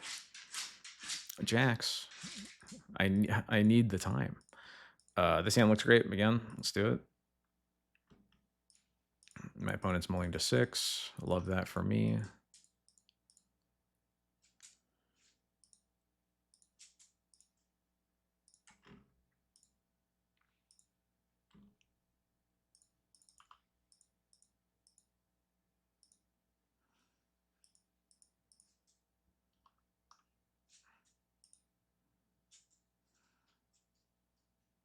Okay, good.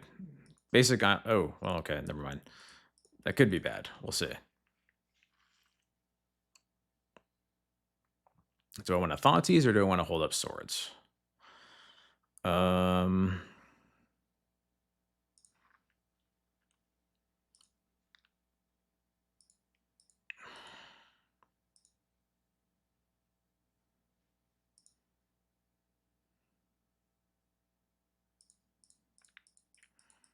So Thoughtseize is better against Daze. Swords is better against multiple illusionists in hand.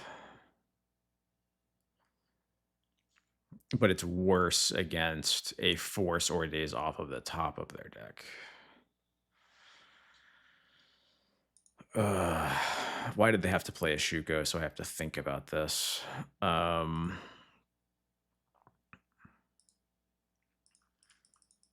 I'm just gonna. I think it's better to hold up Plow than play the Thoughtseize.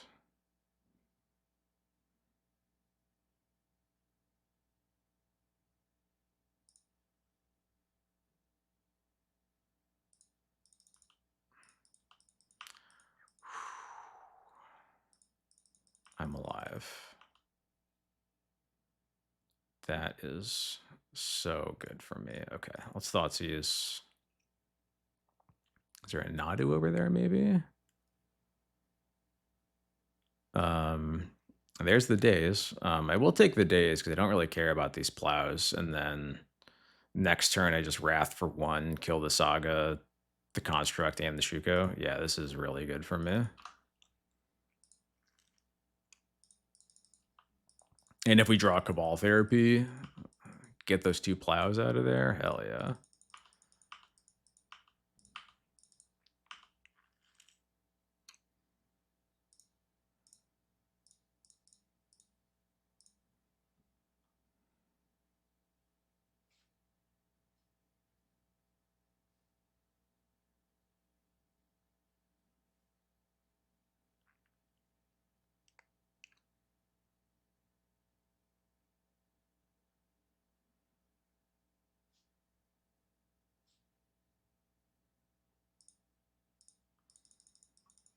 It feels so good.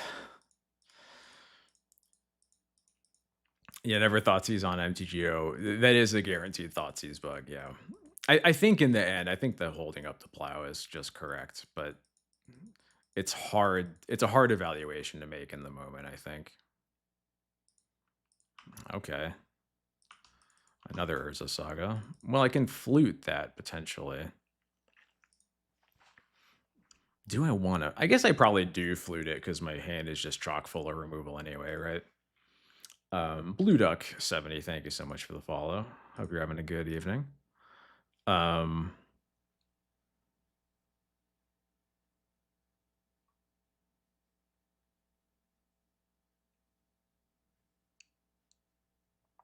I guess do I even flute it though? Because like, hmm.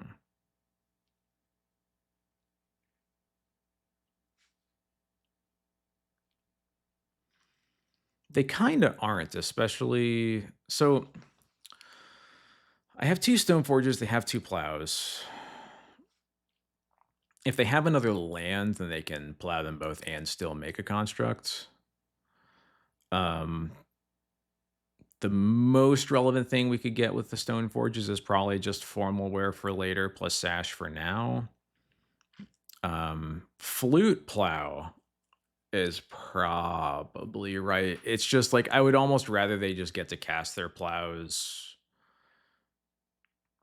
and still have flute for like nomads. Yeah, because like I feel like flute plow is a good way for us to just kind of lose the game for no reason.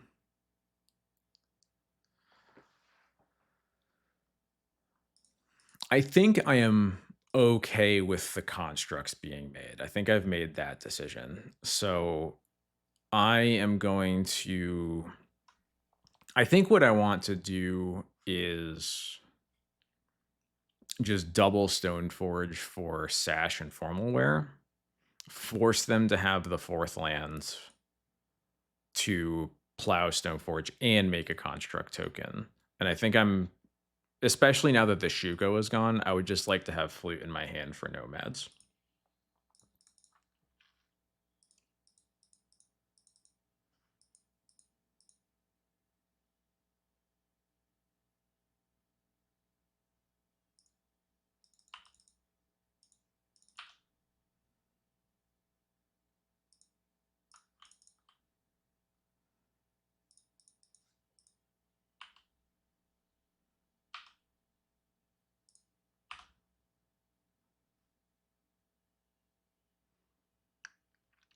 I think this could be Formalware. It could also be Phantom Blade.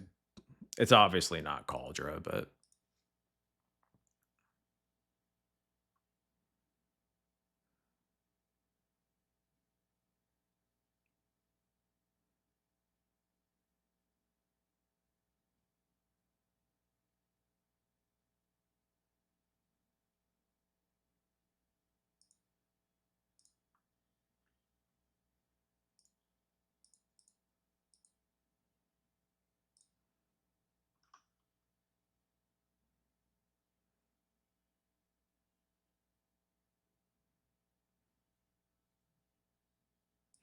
they didn't plow either. That's not. I'm terrified. What's the possible reason for just not killing either of them? I guess if you just really don't care about either of these equipment, I guess. I'm not sure about that though.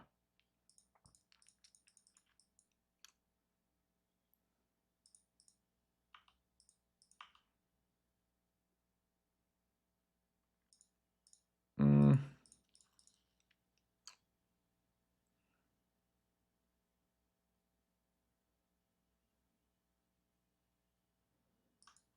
I think I'm gonna actually no attacks here.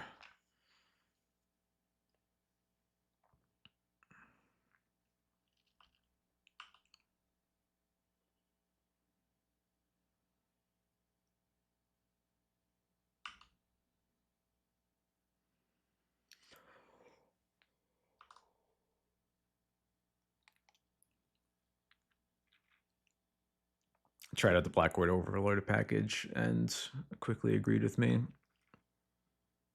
2-0ing Doomsday and Breakfast pretty good. Jessica Control lands less good. Yeah, I don't know. I I have to just assume still that I'm just the one who is wrong, but I'm for the first time in honestly kind of a while, like actually doing reasonably well without Overlord, and I am happy to just keep doing it. So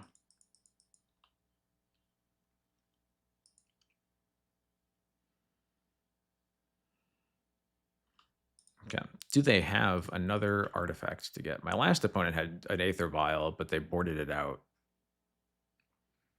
It was a needle. Oh, it was a needle. I should have put in the Stoneforge. That was dumb. I guess it's gonna name. I would actually probably have rather name Stoneforge than Sash anyway. So that actually is kind of a win.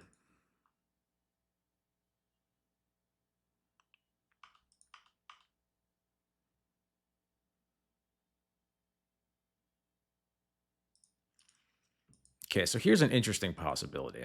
If I plow the construct token and double block, it kind of makes them want to plow one of my stone forges and then let the other die to combat, which means that I can then formal wear it back together, Cauldron or a Phantom Blade. I guess that feels not as good when there's two plows in their hands.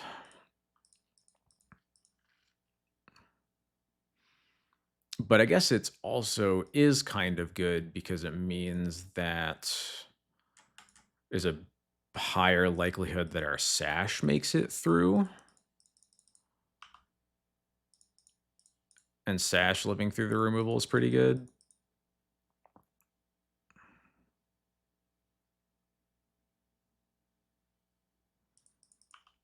And they just let it happen. All right, cool. Even better. That's so good for me.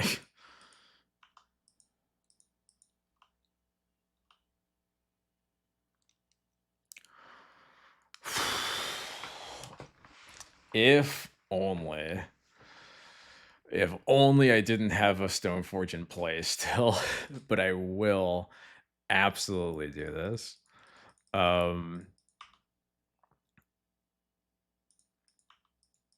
Plow our own Stoneforge first, genius.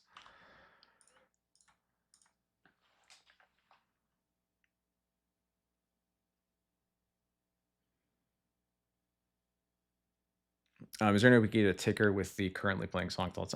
Yeah, I'll probably do that. I hadn't done it for a bit just because I think it's like a little weird because I know it doesn't end up in the VODs, but it probably really doesn't matter that much. There's another Shuko there. Okay, that's a good one to know about. In that case,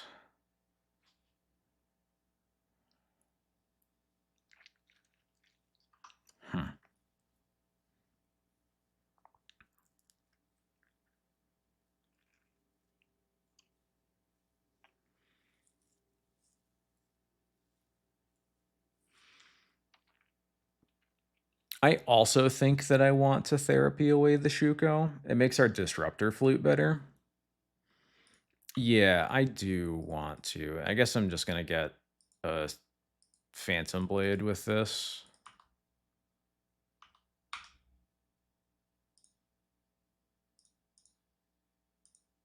Yeah, this is fine.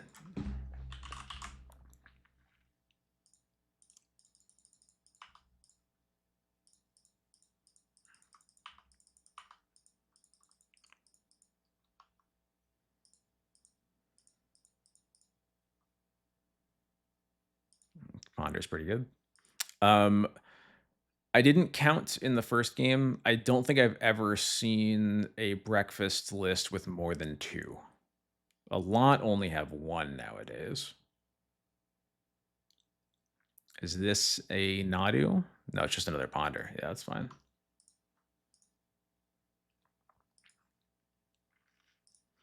So that's 2, yeah, 2 plows, no prismatic endings.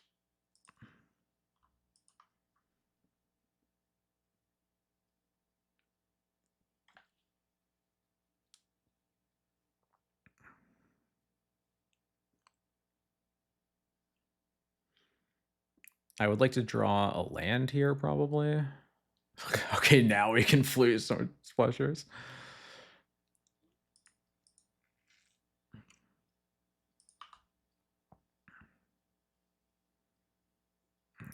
Skyclave is a little bit late there, but that's okay. Yeah,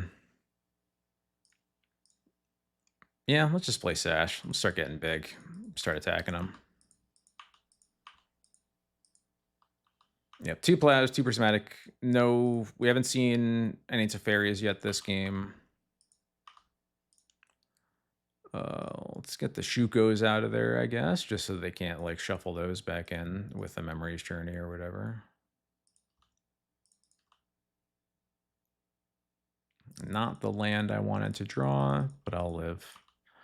I think at this point, I'm just holding up all my mana, making Sash as big as I can each turn.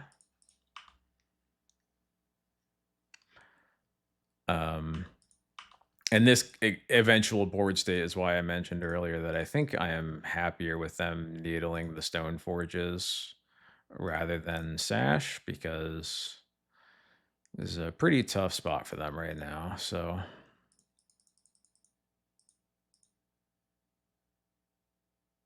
is it the 3rd plow? Okay, sure.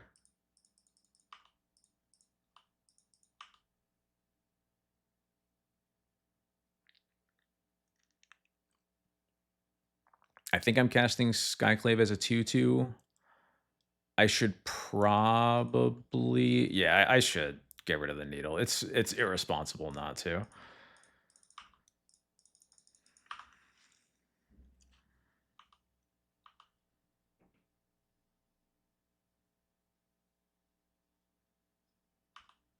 Okay, they're representing hardcast force now.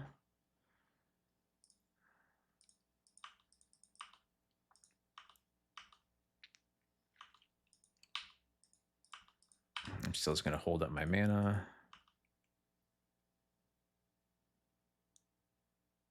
Sure.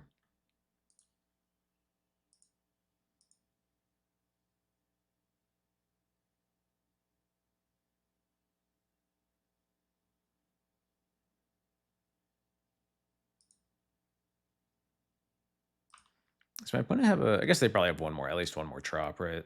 They haven't actually shown me a trop, so never mind. Yeah. Yeah, sure.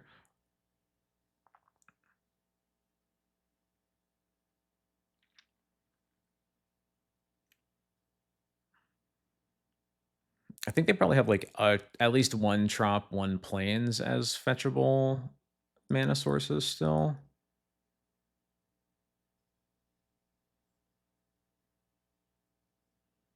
They are paying costs. They are no longer paying costs. I think I am gonna go ahead and flute nomads now while there's nothing else that I'm spending my mana on, and they can't hardcast force it. I also have to kind of get cards out of my hand because if I didn't draw a land there, it was gonna look a little iffy. I could put Yorion in my hands here, which does look pretty good actually. Yeah.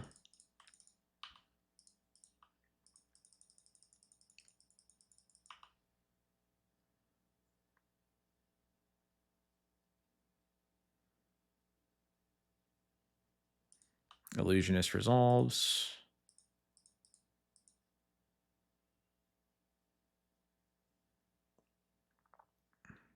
Is this a Prismatic ending on my Skyclave. You got it.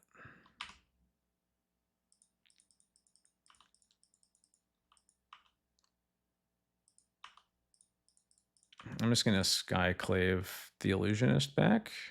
Ooh, and I have a Wasteland for their next... I guess I already had the Lauren for their next saga anyway, but... It's another Illusionist, Nadu gone. Okay.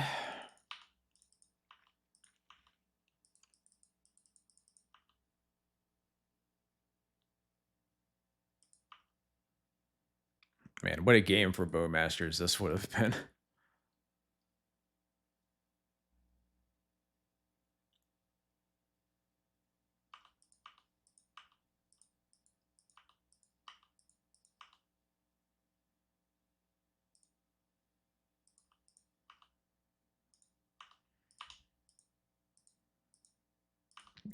I'm so sad I haven't equipped Formal Wear. I just keep barely in time finding something relevant to do with my mana. Because I am going to get a Bowmasters now.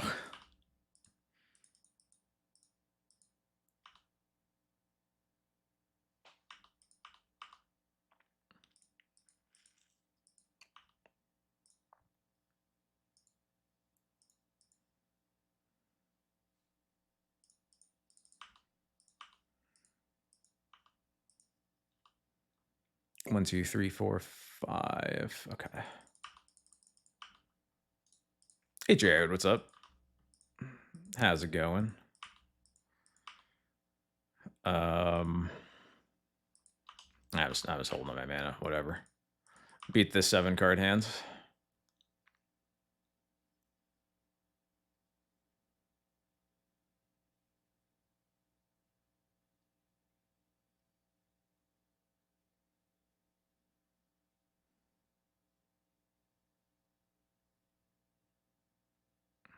Is this another prismatic ending? Sure.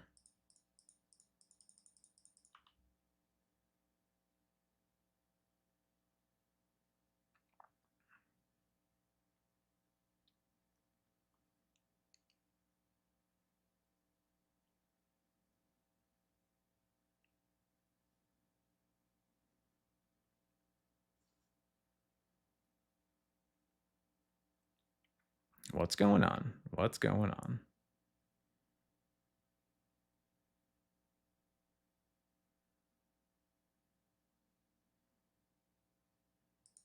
Cast Narcomoeba. Got it. Okay. All right, we're getting this game over with. That is the illusion token. It's from Ixalan, apparently.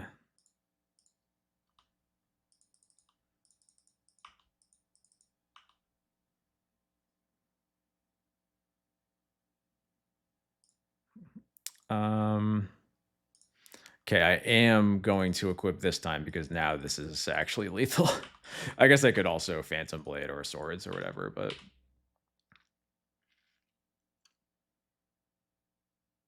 I guess this isn't lethal into the 4th Swords to Plowshares.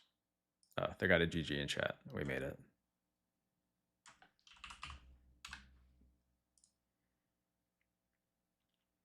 All right, chat. These have been some really long matches. I got to go to the bathroom. I will be right back. And we'll finish it up.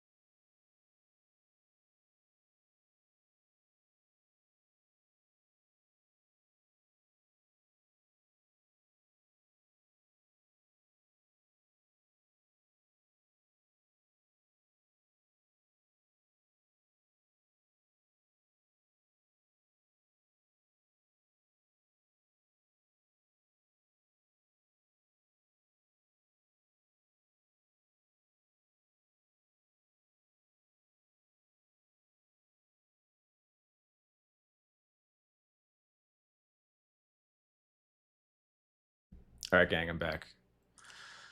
Let's do it. Let's break the 4-0 into 4-1 streak. It's like 2 or 3 in a row. So if I were running it back for the no, Chileth, what's wrong with you?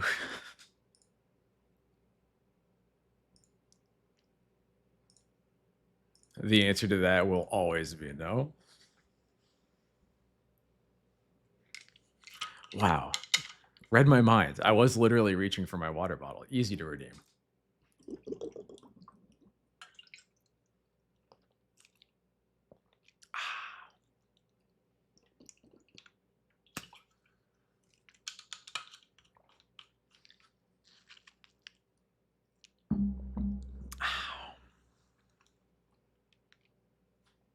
Moments, please don't do it.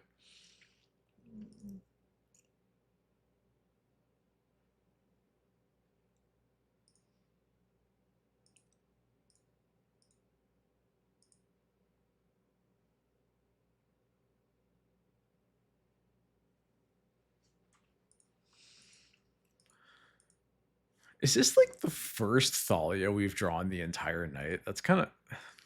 I feel like we must have drawn one in the first match, but yeah, we did. Also, lost all 5 die rolls. Yeah, we definitely had one, I think. And if my opponent is in fact playing Sneak and Show, and MTG Bot and MTG Goldfish aren't lying, she will finally stay in for one of them.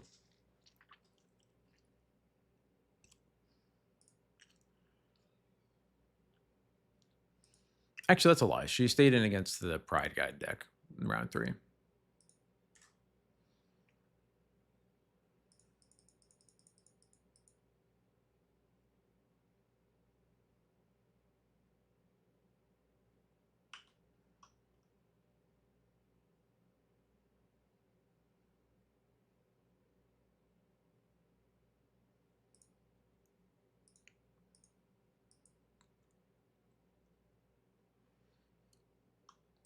I'm going to do my best to make Thalia look good this match.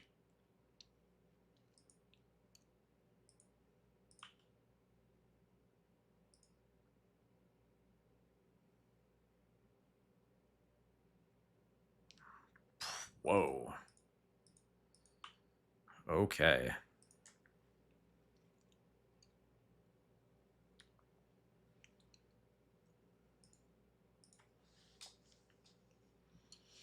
I can't tell whether that means that we are like 100% wastelanding.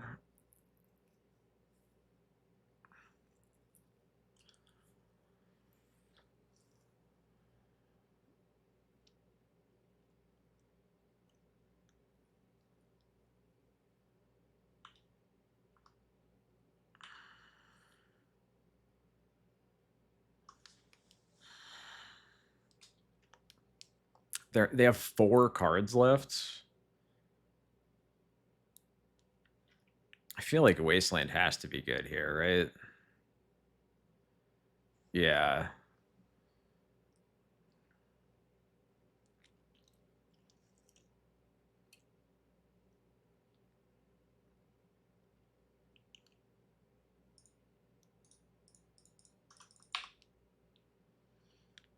Yeah, that just, there's no way that that's right. I don't know. I really don't know.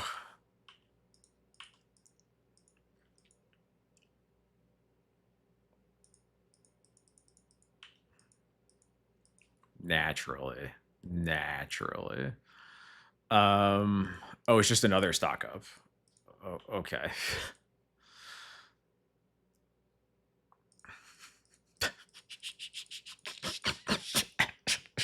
Fucking, you kidding me? Oh, this is not what stock up is supposed to be doing. Okay.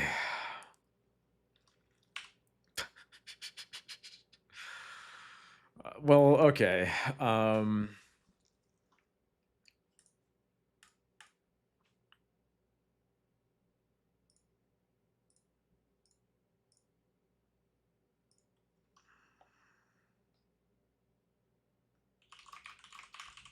You gotta have a show. Right, you gotta have a show until now, right? Wha You win. You got it. It's all go ahead and wasteland yourself to cast your ponder.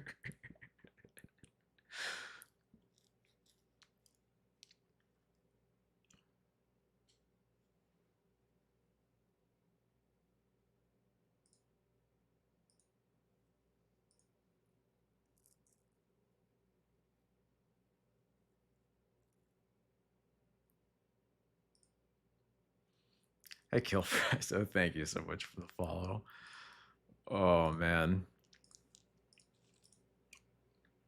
I guess I'm just gonna play Thalia on turn 2 also.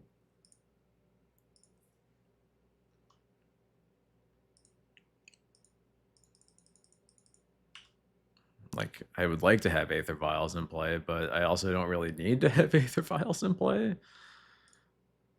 Yeah, I'm just casting Thalia here. Thalia is definitely not a combo with this Thoughtseize that I drew in the therapy that's in my yard, but yeah, Thoughtseize then Vial is the other possible. Oh, they binned Omniscience. That was so worth it.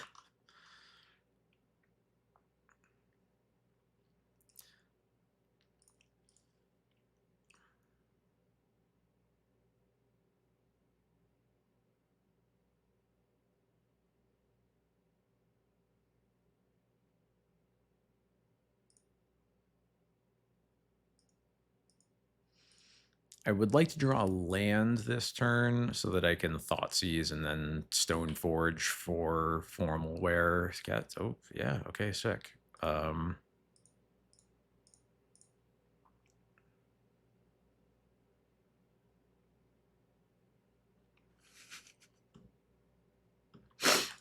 Yeah, okay, got it. Yeah, got it. Heard.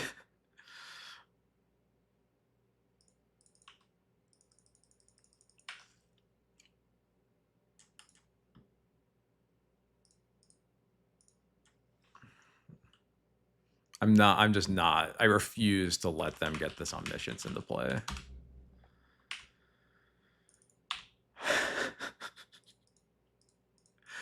After all of that work, they are at 0 cards in hand. I would love for my opponent to be casting Stock Up when they could instead be casting Show and Tell. That is the best thing I've ever heard of. Oh man, now I get to cast Formal Wear and Wasteland them. This is unreal.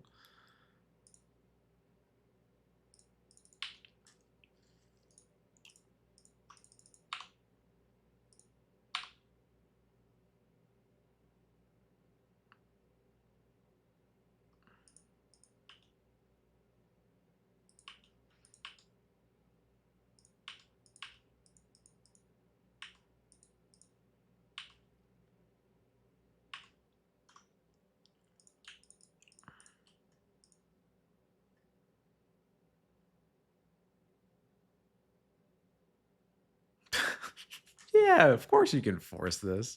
Pitching go Show. Is there like one Show and Tell left in the deck? No, there's 2. Okay.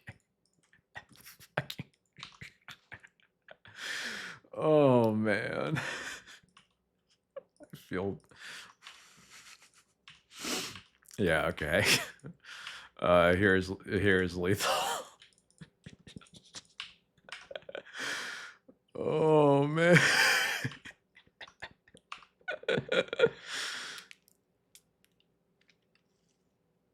You have to pay 2 for your ponder. Come on, it's brace.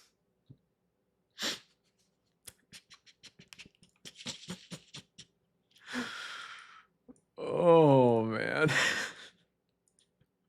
What just happened? 2 Omniscience makes me think a little bit more about Deafening Silence. Oh my gosh. What the fuck just happened? Oh,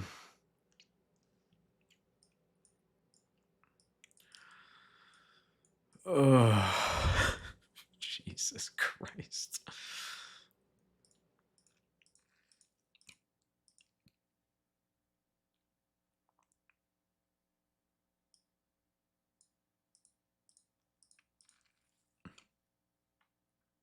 No, I said it. Yeah, I love stock up when my opponent could be casting show and tell instead. I would love for that to happen. I'm gonna board out 1 planes, I think, just because I don't really need to get up to 5 lands in this matchup. Um, and I'm actually already at 34 because I have 2 Witch Enchanters, so um, I could just not bring in the Deafening Silences here. Yeah. I think neither. I'm Mindbreak Trap and Deafening Silence neither are very good. I think Deafening Silence is actually just I shouldn't have brought it in. Mindbreak Trap can be really good on the turn ones specifically.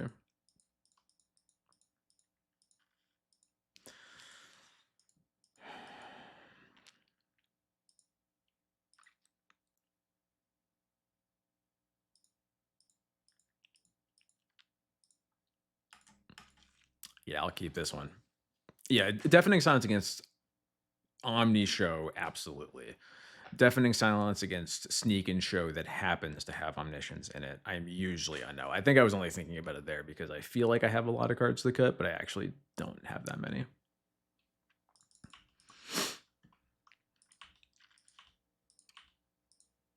Yeah, yeah, 3 Lotus Petal stock up. Okay.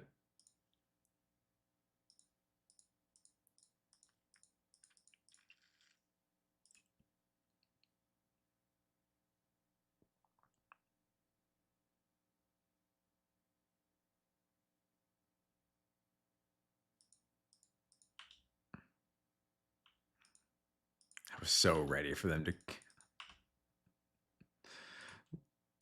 cast something. I don't know what.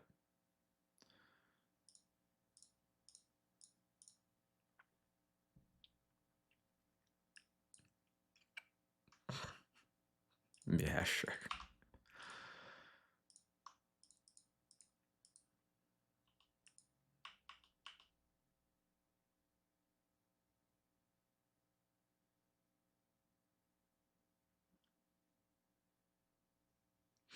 Oh, compliment Thalia, Guardian of Thraben. Easy. Card. It's just, I don't know. It does exactly what a card like that really should do, if you ask me.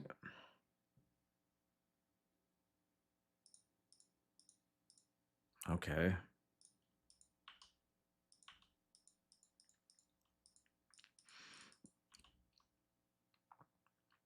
Um,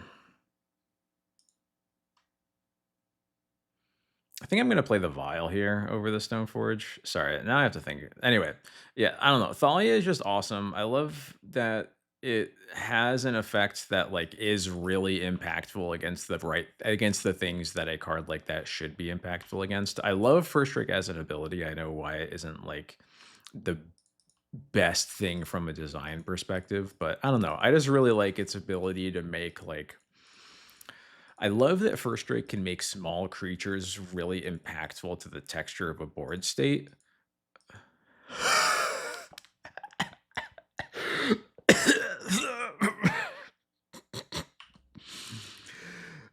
Without while still making the numbers on the card matter. Like one thing that you could argue is that, Death Touch is a way to make a one power creature matter, but like that means the one power, it doesn't really even matter how much power it has, right?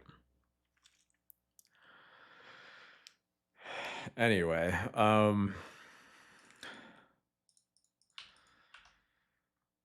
what the fuck is happening?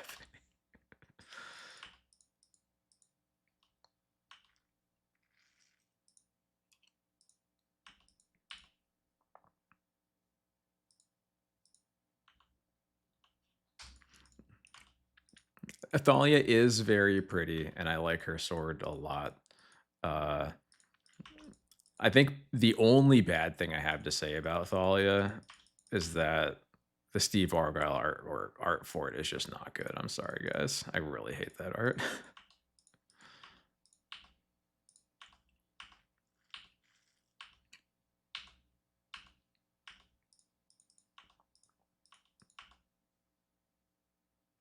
Yeah, it's the whatever pro I don't even remember what it was, what kind of promo it was, but yeah, it's the bad one. Um, I'm just taking it too. I think I would like this Magus to stay and play. I don't know.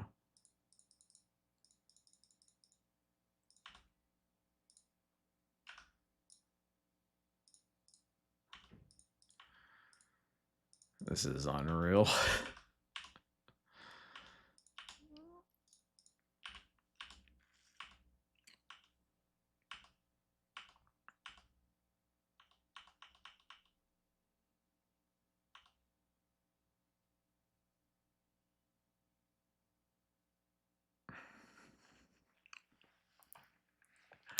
Hell yeah, gang. What a way to finally get a trophy. Oh wow. Oh right, it's this. There we go. Okay. Holy shit.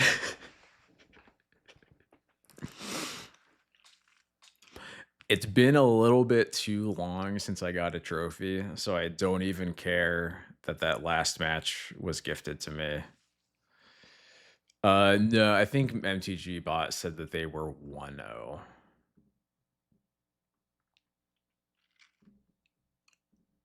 But now I don't want to scroll too much further up. Anyway, holy shit, final. I I I recognize the name of that show and tell player. I do not know who they are. I did not pay them anything. I would not know how to contact them if I wanted to. I'm also realizing it's weird to do this at the end of the stream, but I forgot to do it earlier. So we're going to do a real quick um, giveaway for some Magic the Gathering online play point codes. Or by that I mean one. Let me, yeah, okay. All right. All right. Let me think. What is this going to be? It's going to be paid actor. Okay, the word can be stock up. Yes. All right.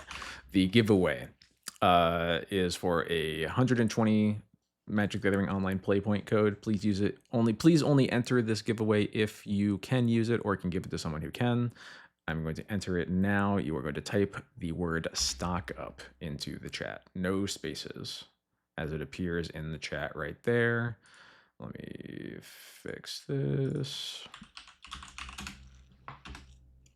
And I will go over here so you can actually maybe, oh no, right. I have to go here. There we go. And I will call that giveaway at 11:40 on my system clock.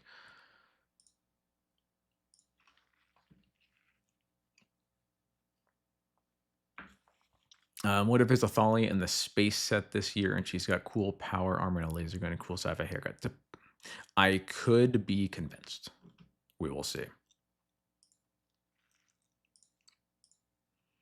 But I don't know. I know that the original Thalia art is weird because it's like a rapier, but it's like a katana sheath. And I know the story is that like the two artists didn't properly coordinate the weapon she was using or whatever. But I don't know. It just looks really cool. I love the framing. I love the color palette on it. It's a very pretty piece of art. Is lands viable again after the new bans? I've been out of the format for a minute. So we did play against lands in our round 2. There's a very specific build of lands that has had a couple of results here and there that plays Malevolent Rumble. It's it seems misbuilt to me. It doesn't it just doesn't seem right. Those as someone who has not played lands ever, but you know, has cared a lot about like beating lands and paying attention to what lands is doing. The deck just doesn't look built right. It only has 31 lands. I really don't think that's enough to make your Mox Diamond exploration list work. It has a lot of really weird land choices. Its green source count is like weirdly low. Um, I don't know. I don't think Once Upon a Time is a card you really. I think the problem with a card like Once Upon a Time in the deck is that like makes your loams a lot worse unless you've already got the cards that you want to loam back. I don't know. It doesn't the list just doesn't look right to me, and I haven't lost to it yet. So, but it has placed well in at least 2 challenges, I think. So.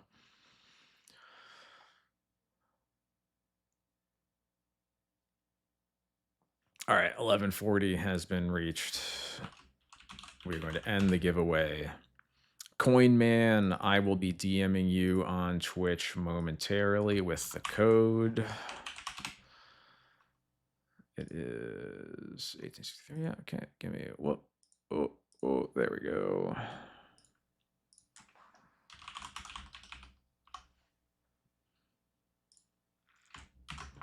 All right, there is your code. If you have any issues with it, just let me know, and I can get you another one.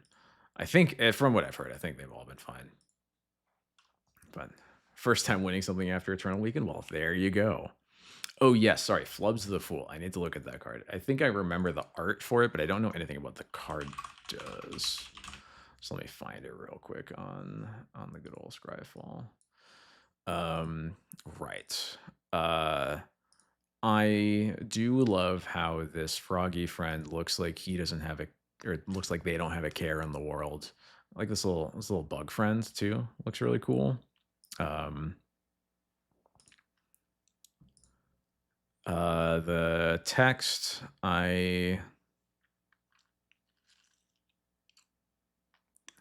the text of this card does not inspire me, but I do think this art is very whimsical in a way that I like. Just post the code in chat for the first person able to redeem it. Oh man, that would be a bloodbath.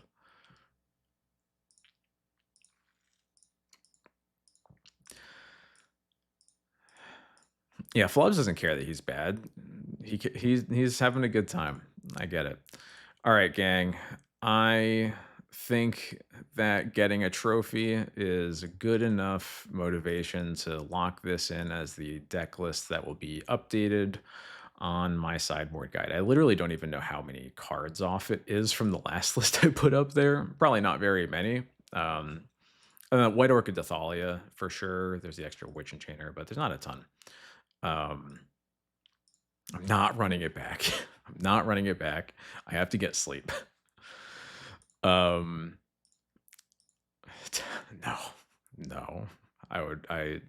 Gang. I mentioned this in my announcement on Blue Sky. We're doing potty training this weekend. I have suffered ego death. I can't do it. I need to sleep. Oh man.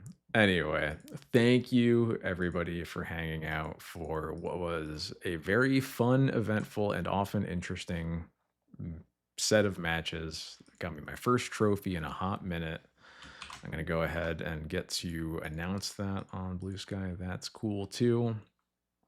Thank you to Caleb for raiding me. If you're still around from Caleb's raid, hell yeah. Thank you so much. I'm going to get out of here. I'm going to get to bed. Thank you so much. I'm going to go see who else is playing. Is Harain? Yeah, of course, Harain. Why did I even have to look? All right, we're going to go raid my good friend Harain, usually playing Stifle Knot, also in Legacy. So if you're here for Legacy, great person to check out there too as well. If this is your first time here, I stream some flavor of D&T and Legacy every Thursday and Sunday, starting around 8:30 to 9 Eastern. It's my favorite deck in the whole wide world. So if you like seeing this, then it's a great place to see more of it. And I think that's gonna be it for me. Raid Harain. Yeah. Thank you, everybody. Hope you all have a great night, and I will catch you next time. Oh no, I said it.